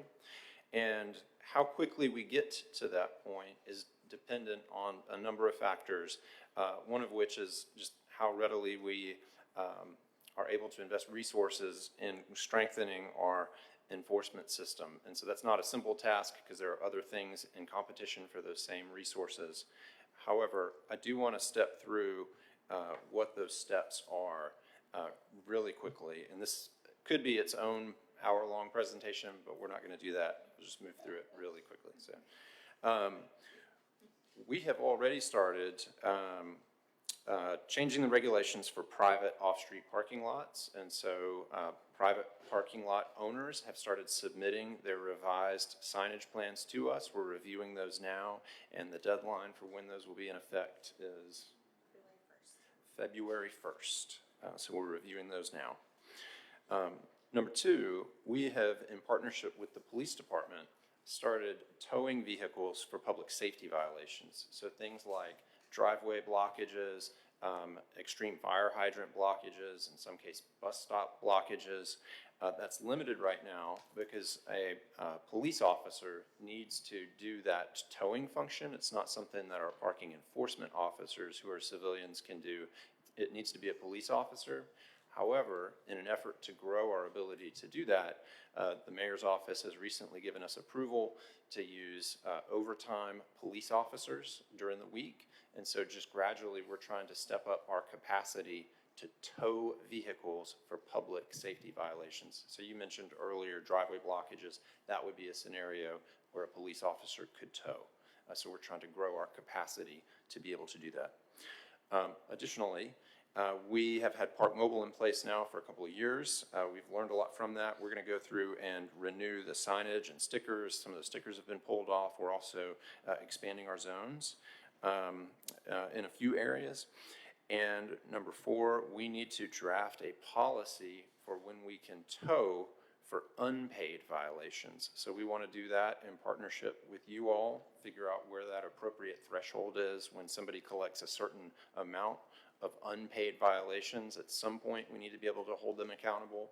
And so we think that we need to be able to tow their vehicle once they get to a certain threshold. So we'll come back and work on that with you all. We don't have to decide that today, but we do need to set a threshold for that, and we can legally do that. We don't have to get a legislative change. We can legally do that. So it's just a policy decision. Number five, confirm that we have an up-to-date, actively managed database of parking violations. I think we do have that, but it's going to take a little bit of work to clean that up. And then number six, make sure that our enforcement officers in the field can access that database in real time so that if somebody's paid off their parking tickets, we don't tow their cars. So there's a little bit of a technological hurdle to get to the point to where a person that's in the field knows how many parking tickets somebody has and is able to then make a decision as to whether or not to tow their car. But that is our path that we are on. We want to get to that point where if somebody collects too many parking tickets, that we can tow their car. Number seven, so as we grow the capacity, we know that we're going to have really a business model for how we manage the system. Parking management, on-street parking management is not about generating revenue. That's not the point of it. The point of it is to generate turnover and to have rules and good policies in the system, but we do need to manage it well. So as we grow the capacity, we'll have to develop a business plan for how we operate it. We don't have that today, and we have not had that in the city. So we don't have a model for investment into the system and outflow from the system. Number eight, we need to work with administration to continue to build that capacity. So that's hiring of staff and growing that system. Again, the resources to do that are in competition with other resources. And so that's a policy decision that you all would make in coordination with the mayor's office on how quickly we can grow that enforcement system. Number nine, update the fee structure. So we know that our fees in some areas are probably too low. So 5 Points South is a good example. Those spots are full all day long. But there are other places in the city where the fees are also probably too low. Number 10, create a system of parking benefit districts, because the system, if it's well managed, will generate, we estimate, several millions of dollars. So the areas where that revenue is generated needs to be reinvested, or part of that money needs to be reinvested into infrastructure repairs in the areas where it's generated. That is what we've seen in other cities as a model that allows us to have more flexibility in charging for parking. So if a business owner is nervous about us raising parking rates in front of their business, they'll receive some benefit because it will generate money that can repair the sidewalk, the street light, the traffic signal, whatever it is in that district. So we'll need to generate that system as well. Number 11, we will need to expand the hours and zones in commercial and mixed-use areas. That's probably where we would expand first. So think about Avondale in their downtown, or Woodlawn as it continues to develop, but there are other areas where we need to expand probably first before we go into residential areas. And then following that, that's when I think we can get to a capacity and a point to where we can manage all those permits and that system associated with residential parking management. I don't envision that being a system citywide, but in those areas that are directly adjacent to where we maybe see some parking pressure overflow, those are the areas that would be good candidates for a residential management system. So as we're talking about the amphitheater, for example, and Uptown, that's another example of where some parking overflow pressure may occur. And so this is the path that we need to step through to get to where we can manage on-street residential parking. So it's not as simple as me committing to you that next year or in 24 months we'll be there. I hope that we're there in 24 months, but there's a lot that has to happen. It's a pretty aggressive path to get there. So you're saying that the proposal for residential parking zones has to wait until these other 11 things are completed? At least started, yes, ma'am. Because the problem exists now, right now, around UAB and St. Vincent's. So now is now. So Protective Stadium and the new arena that we saw earlier. I mean, we know because we've got experience with UAB and St. Vincent's that there are a lot of employees, visitors, patients who do not want to pay to park. But the parking in front of your house is free. Mm-hmm. And you won't mind if it's all full of strange people who don't live at your house. But see, you might not mind, but the residents, the other residents do mind. So y'all wouldn't mind if we delayed a decision on this parking until you get your 12 steps done, the 12-step program. Mr. President. Yes, Chief. Yeah, I don't think the strategy that's being presented before this council dictates what we want to do at right-size parking. We're already in the process of correcting the parking enforcement part of it by ticketing people, violating them, and booting them. That he noted that in his steps 1, 2, and 3 that we're working on that. That's being actively worked on between BDOT, BPD, and the mayor's office. Because as soon as we see them, I make calls to James and to Deputy Chief Pruitt, which in turn they get the ball rolling to get the violators out the way. I don't think the right size parking initiative or strategy is affected by what we're trying to do by correcting the violators of these people that are intentionally parking in spaces that they shouldn't. So that's what we're doing in the background. And I think we're talking about two different things, but I think it does at some point flow together. But I think, in our opinion, what we've always talked about, that the reform strategy is something that we can always work on to tighten up. Okay, but you didn't address the problem with commercial uses taking up residents' parking. You don't have a plan for that yet that I've heard. So a couple of points. So one, all of the on-street parking is public parking, it's shared parking today. So no one owns the space in front of their business, in front of their house. That said, we recognize the inconvenience that's created when there's a lot of parking pressure in an area. So that's already occurring today. If we were to pass this reform, next week, it would be such a gradual effect because it's going to take years for new developments to occur to change how people are experiencing those parking pressures. And that's what we saw from the quotes and the data from peer cities, is that the sky's not falling when we pass these reforms. It takes years. And so if we were to wait a couple of years until we get our parking enforcement exactly right, and then start a reform like this, which then takes another however many years, I think we're hurting ourselves quite a bit. So we can and need to do these things in parallel. But what we can say to you today is that we're absolutely committed to moving through this action list.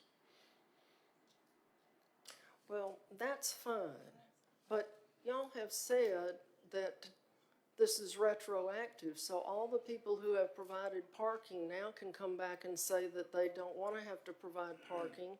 And then the users who used to have a place to park will be looking at the neighborhoods for a new place to park. So, I was just going to comment on the retroactive piece. So, this ordinance takes place, it becomes the new law of the land. Those existing businesses and developments that are out there, it doesn't affect them. So technically, it's not really retroactive. I mean, it's going to apply to future development. And so if there's a location that has an existing business, they redevelop, then they would redevelop under the new zoning ordinance. So we wouldn't be going backwards and saying, we're going to eliminate parking here or something like that. I mean, that parking is going to remain until a developer redevelops that site. And even in that case, it could remain anyway. And so I think you used the example of a residential, single-family residential structure. There is a potential that some legal nonconforming would be created, such that a house that's in a neighborhood that has adequate alley access, and that house has a driveway, somebody does a tear down there, and they're going to rebuild, then that driveway that's in existence would then in turn have to come from the alley. okay, but most of the people in my neighborhood don't have driveways. Right, understood. They don't have places to park except the street because their houses were built before cars were invented. Understood. And we talk about this putting people first. Well, I want to put our people first, like the residents of Birmingham, the people who have chosen to stay here, instead of putting whoever first. So my concern is the residents. If y'all want to do this to the commercial people and they're happy, they don't flee to Homewood, fine. But the residents need some consideration, and they don't need it to come 5 years from now while we can't find the money and all those other excuses we have. And I'm glad that it's not retroactive, because that's what y'all originally told us, and then it became retroactive a few minutes ago, and now it's back to not being retroactive. So thank you. Thank you, Mr. President. Councilor Clark. Thank you. Wanted to just ask, I appreciate where is he? Okay, Hunter. I appreciate the exhaustive presentation, but I did get a little glazed over, but all that planner speak. But I think this is interesting because I think, developers could really use the break or the flexibility to decide, what's going to, because I can't, at least for the developments I've been involved in, I could imagine the decision being no parking. But certainly shared parking when it's mixed use, and, residential, people don't want to walk from down the street with their groceries. So, nobody's going to build residential with no close by parking, I wouldn't think, or like you said, the banks finance that. But, I've really got to spend some more time with the maximums becoming the minimums. And so then people would have to get a variance to build more. Is that what you're saying? That is correct. To exceed the minimum that's now the maximum. Yes, but that's actually the same today. So we currently have a parking maximum, and they have to seek a variance to build more than that. And that would remain But the now same. they're going to be set at the minimum, is what you're saying? No. No, I'm sorry. So today, Oh. let's say your business has a minimum parking requirement of 25 spaces. That 25 spaces is also the maximum. So Oh, if you I want see. 30, you have to seek a variance. I What- see. What the amendment would do is say you don't have to build 25, but you could. Okay, up to. Okay, I got you. So you gave a lot of examples from other places, but then I was trying to think of Birmingham examples, and I know there's a trend, post-COVID of a lot of offices being pretty empty. And so residential adaptive reuse of those types of buildings is being explored more. And we have the AT&T example, one close, near and dear to your heart. But I think it's residential and office. And I'm wondering if the office, if they had to do some office because they couldn't meet the residential parking requirement. I don't really know. I don't know much about it, but I think some kind of relaxation would support that trend and offer, I'm just trying to figure out what's this going to help? And, using Birmingham as the example, I hear filling blank spaces where there might be surface parking lots to sort of restore that fabric in the built environment downtown, but also would it support this trend of, empty offices converting to residential, so forth? What do y'all see? Well, you mentioned the best example, AT&T building. And of course, they're currently located in a B4 district, and so they have no parking requirement. So we wouldn't have calculated their parking requirement because there's not one. But yeah, just going back to your point, this is really kind of a market-based solution. And I think to Hunter's point earlier, as planners, we probably really don't know the parking that's required, that's necessary. And so we've kind of beat that a little bit. And this would apply to all land uses, like whether it was stadiums or performing arts centers or hospitals, or, it would be across the board application. That's correct, yeah. All uses, there would be no requirement for a minimum. But in the cases of large users, they would be required to complete the TDM plan, or Traffic Demand Management Plan. Okay. And that plan would help to inform us how they are going to deal with their parking. Okay. Because we know the large user is going to have parking. Right. UAB has a parking model that they use to understand how people park on their campus, and they use that to drive decisions about where and when they build parking. And so.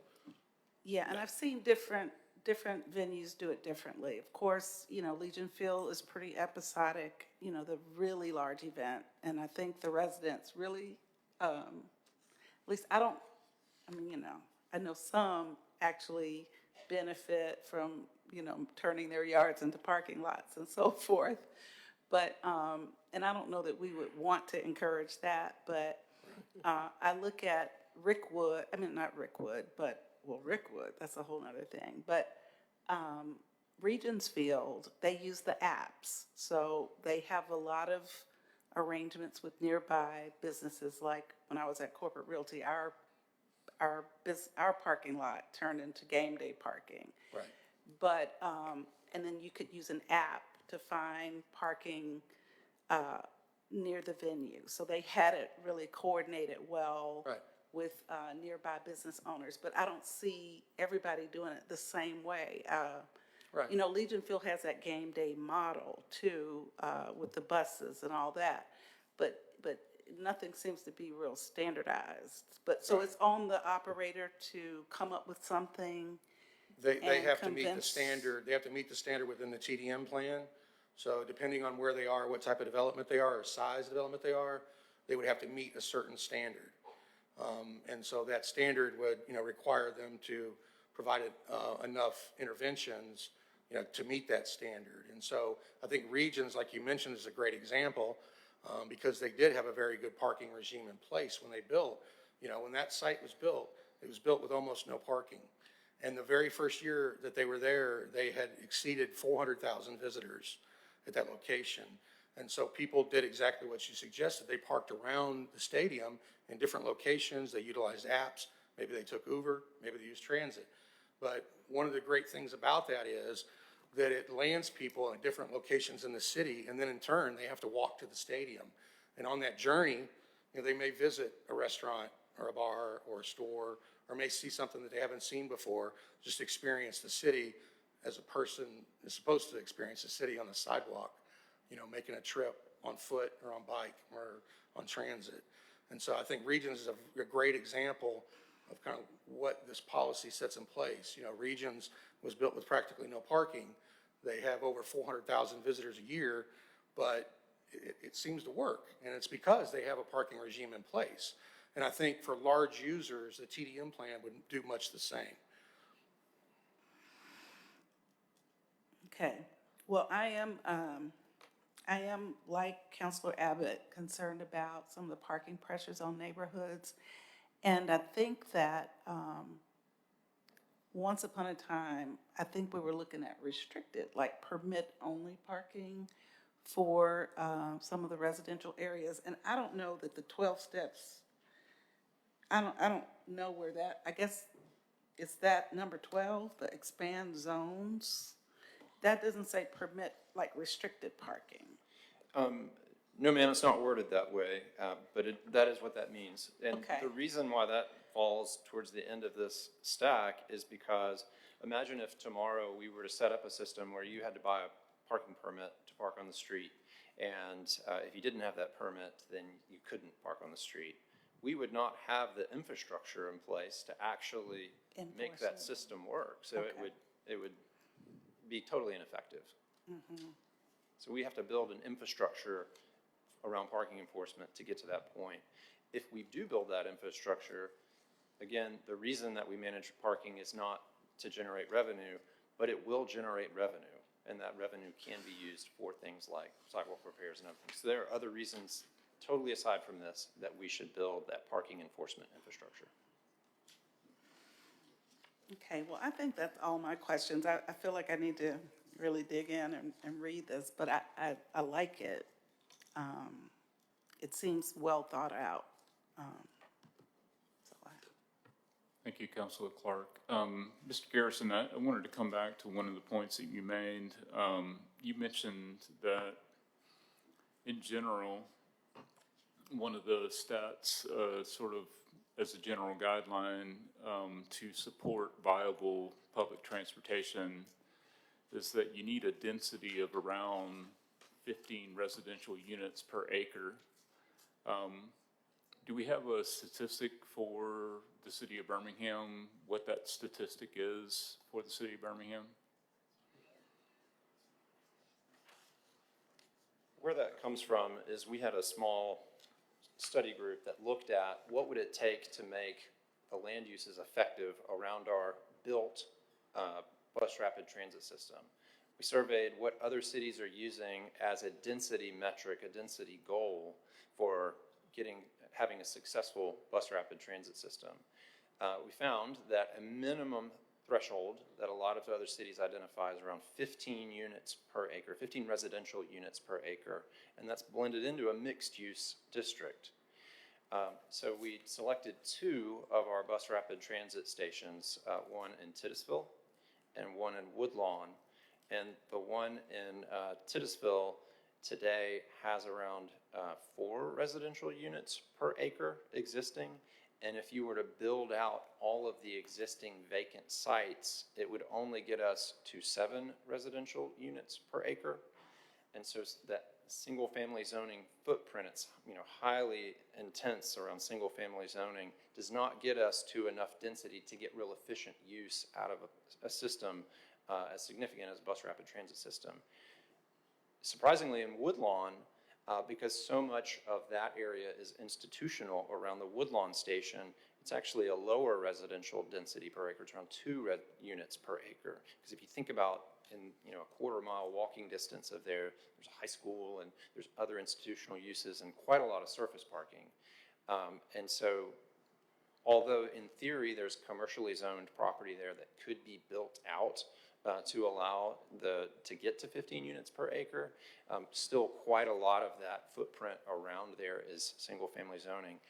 Those are two example stations, but if you think about other stations throughout the whole system, it's hard to find one that has that level of density. Maybe the downtown central station, but that is kind of an anomaly. So we do not have enough density to really get good usage out of our bus rapid transit system. We'll have to do some transit-oriented development and planning.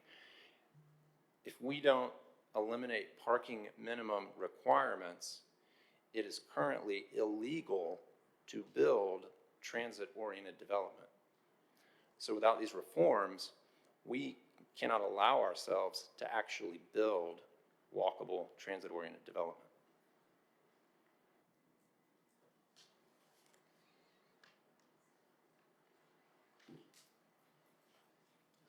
Counselor Tate. Thank you, Mr. President. Deborah Fowler, I want to kind of talk to you guys about 1 through 6, about this, you know, the violation portion of this. So I'm looking, reading, and see that, you know, when you get to 5, you're going to have this database to, you know, see who the serial violators are. I mean, are you guys talking about people that have like unpaid parking tickets? I'm just throwing out, I'm just going to say from 2017 to now. Are we talking about those type of people? Potentially. So I think that's a policy decision that needs to be made between the mayor and the council. So, you know, how far back do we look? You know, do we go from just this point forward? And what's the threshold? I believe there definitely does need to be some sort of threshold at which point we start holding people accountable, but what's the appropriate threshold? And I think that's a policy debate that we need to have. Because that just was a concern, you know, for me. If you have people, you know, who haven't paid, you know, parking tickets that are, and I'm all about accountability. I don't want people to take this the wrong way, but, you know, if you got a serial violate, I'm still going to use my 2017 example, and they haven't paid tickets, like, what's the likelihood? Like, we moving into, it's just, you know, we live in the state of Alabama, and they tend to be last in everything. And so when you see, you know, development, and you see Birmingham thriving in what you see in Atlanta, probably what you see in DC, you know, going into that direction, you know, people are, it's hard for people to change. So, you know, I agree with Councilor Clark. I get it. But, you know, I just wouldn't want to see people criminalized, you know, for unpaid parking tickets. What's the likelihood of doing an amnesty clinic? Like, this is how we're going to be moving going forward. You know, not going back grabbing people. They may not have the cars. They may not, you know, have the cars that they've gotten the parking tickets in. You know, I did listen to the zoning meeting. I heard Councilor O'Quinn make a statement about parking, Park Mobile, you know, where we've had people, cars getting towed, and people say, I paid, you know, what's, like, if you register a car with Park Mobile and you may drive your mom's car, your husband's car that day, it should be something in their app, like when you get ready to park and you're in a new car, say, you in the wrong car. So I think that's a problem that we're having with people, cars are being told as well. Like, what Park Mobile needs to have some system to kind of alert a person, like, hey, you in a wrong car, you need to register, you know, this vehicle. So some type of mechanism, you know, going forward. But I would hope, you know, that with the new strategy, that we don't go back and grab people that are serial violators. Not saying we shouldn't hold people accountable. I believe in accountability.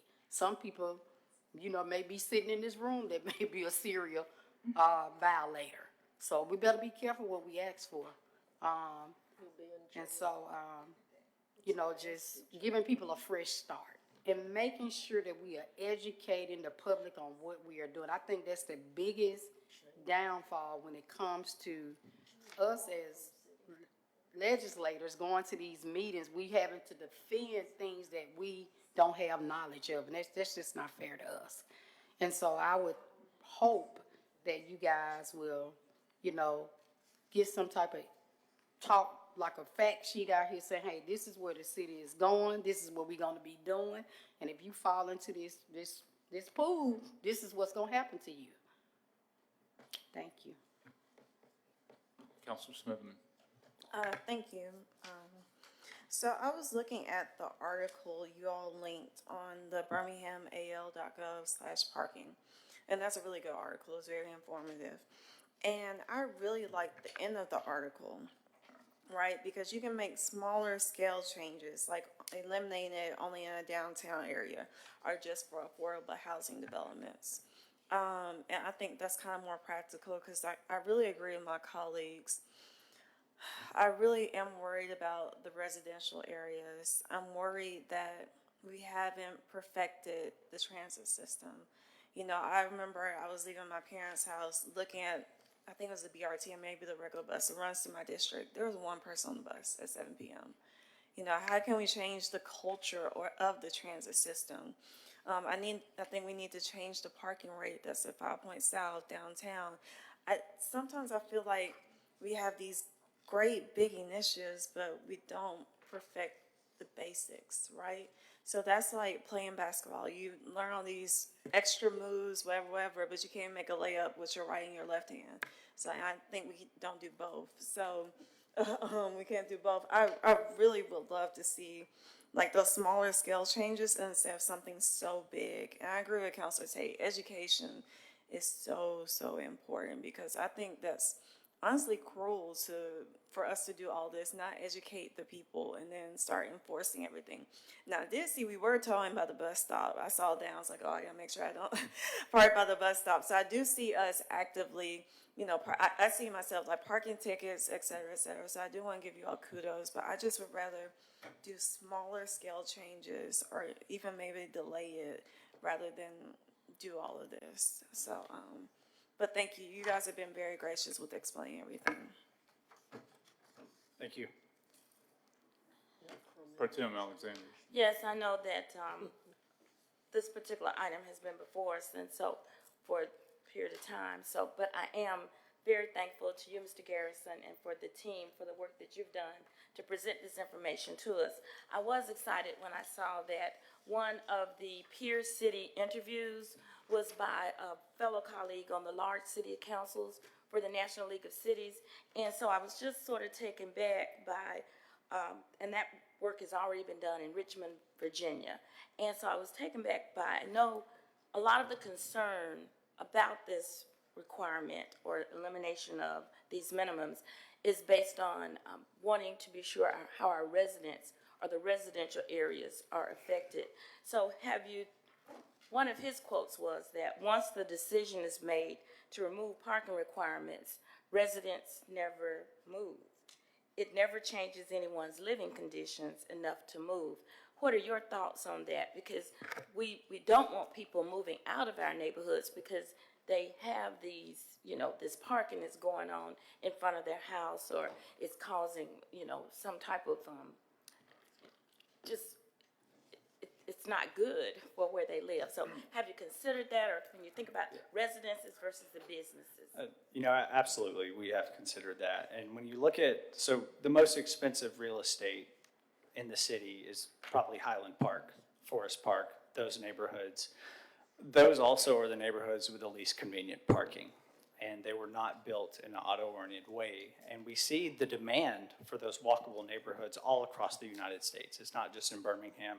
You can go to pretty much any major metro, and the most walkable, dense urban area is the most expensive. And that's because with these minimum parking requirements and other zoning laws that exist today, we've essentially made those types of places illegal. So there is an extremely low supply, but there is very high demand. And part of the effort with this minimum right-sized parking initiative is to allow for more walkable, human-scaled places that achieve that. Because, like you said, peer cities have shown that people don't leave their neighborhood; they continue to love it. And I guess I also just want to piggyback on both Councilors Tate and Smitherman's concern, or just the edict that the education piece here is very important, not only to us as we make this decision, but for the residents and the businesses that, that will come under these requirements. I know we've had some situations with zonings in the past that parking has been a big issue for them, or a consideration that we've had to make when making a decision about these zoning changes. So I'm just hopeful that part of this package will also be the education piece as we go forward. Thank you. Thank you. Mr. President, Yes, ma'am. there is one other thing. All of those cities that are pointed out in these documents don't have 36 other municipalities surrounding them that would like to eat our lunch. And they're very happy to take our residents when they get disgusted with Birmingham, because we've had it happen with that drug rehab the city allowed in Glen Iris. People have already packed up and moved. And so it is not true that people's lives are not affected, and especially around here where all you have to do is go over the hill and you're in another city. And now I wouldn't go to downtown Homewood. They've made a mess there with no parking too. But, you know, it's just that we're not the same as those other cities. We might be sort of like Buffalo, but I'll bet Buffalo does not have all of these other cities that people can leave and go to. And I'm in total agreement with you on that, in that you bring back one of the things that we have to consider always in Birmingham is that we have this large metropolitan area that can pull not only our residents, but our business and our economics. So I totally agree with you that we do have to be very careful when we look at other cities and look at the uniqueness of the city of Birmingham and our challenge as far as regionalization is concerned. So I agree.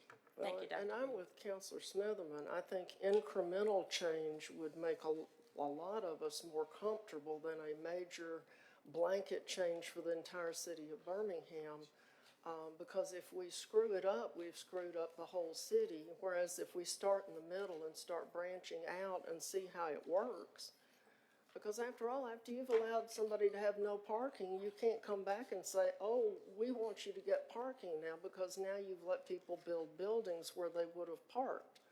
So I like the incremental change idea of doing it in a finite area and see if it works for Birmingham.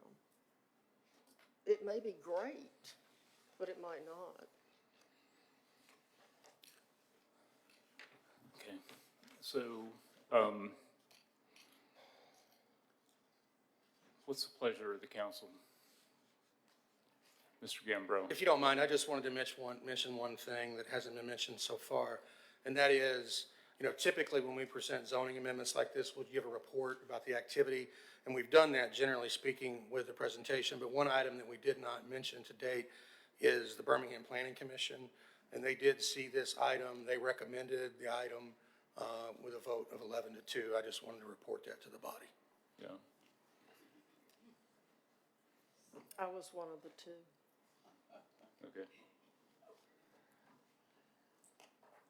Councilor Clark.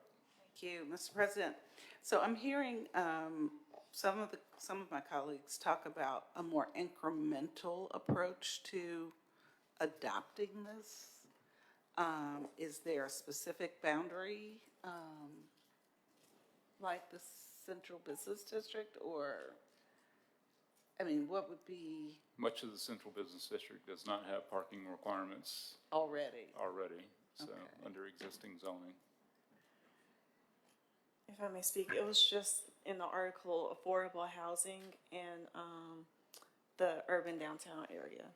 If you want to do small incremental changes, and that's based off the article that was posted.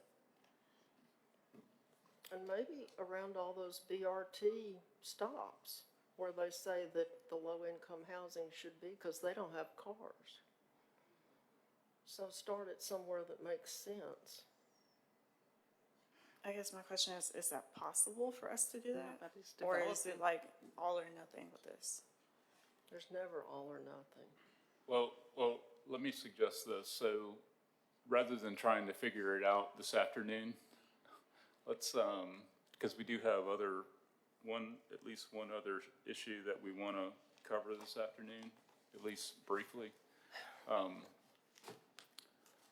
don't think we're prepared to make a decision this afternoon, or I'm not sensing that we're prepared to make a decision this afternoon. So, would it be fair to say that that is the case and, we should delay or defer a decision and hear this again do we want to hear it again in committee of the whole, or how does the council want to handle this? I think that it would be a good idea to have them come back to the next committee of the whole with some changes that address some of the problems that council members have with approving it today. Because if we don't see any changes, we're probably not going to feel happy about approving it next time either. We need to see some modifications that will make it more palatable and reduce the fear that council members have about approving it as it's written. So let me suggest this, that I'll make a motion that we delay a decision to a date to be determined in the context of the committee of the whole and a joint planning and zoning committee hearing or meeting. But in the meantime, so that's my motion, that we delay a decision on this today. But I would suggest that in the meantime, that our planning staff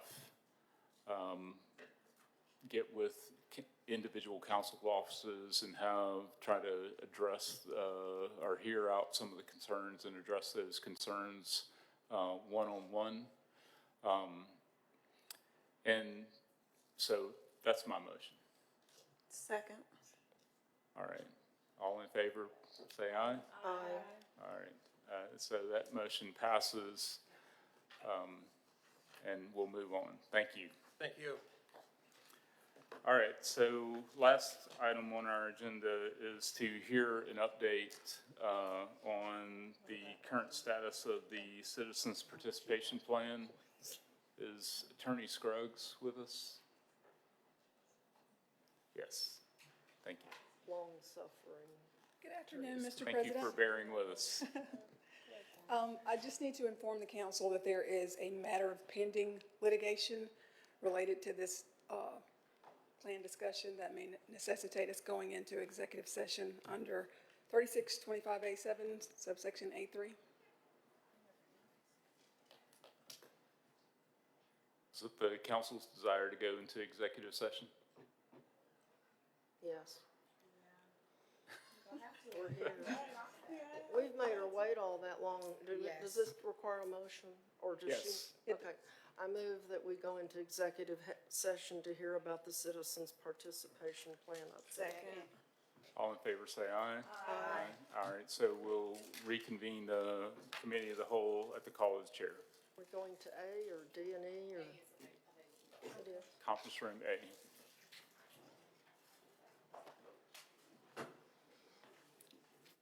can't even get up. I'm worn out.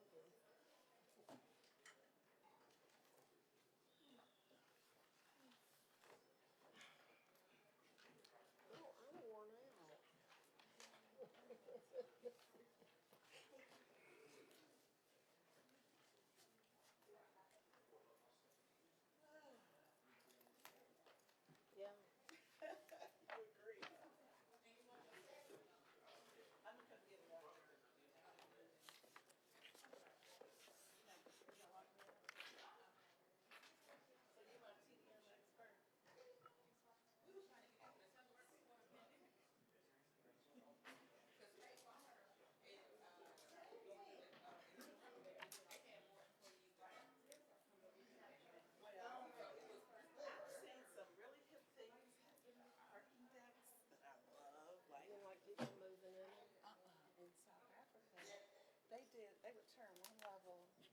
Into a artisan market, like food related, then they have one with crafts, and you just come and hang out on Saturdays in the downtown parking.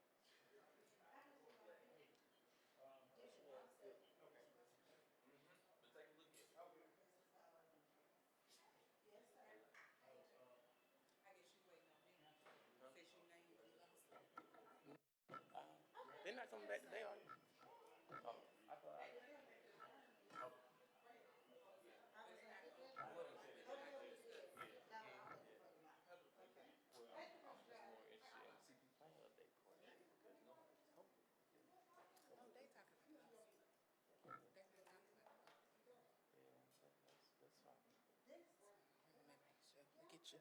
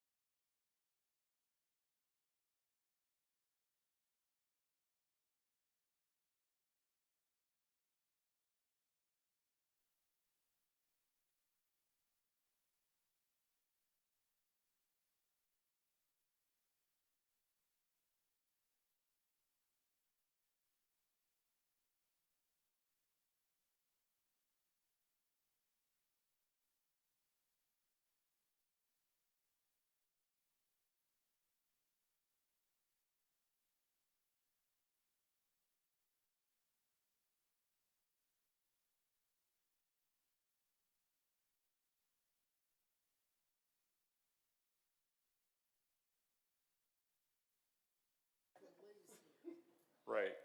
Are we ready in the back? Wow, you're still back there. Okay. So, we want to reconvene the joint committee of the whole and special called Planning and Zoning Committee meeting. So I now call the meeting back to order. The previous item that was discussed regarding the citizens' participation plan was really just an update, so there's no action that needs to be taken at this time. So that brings us to the end of our agenda. Move for adjournment. All in favor say aye. Aye. Aye. Meeting adjourned. Thank you.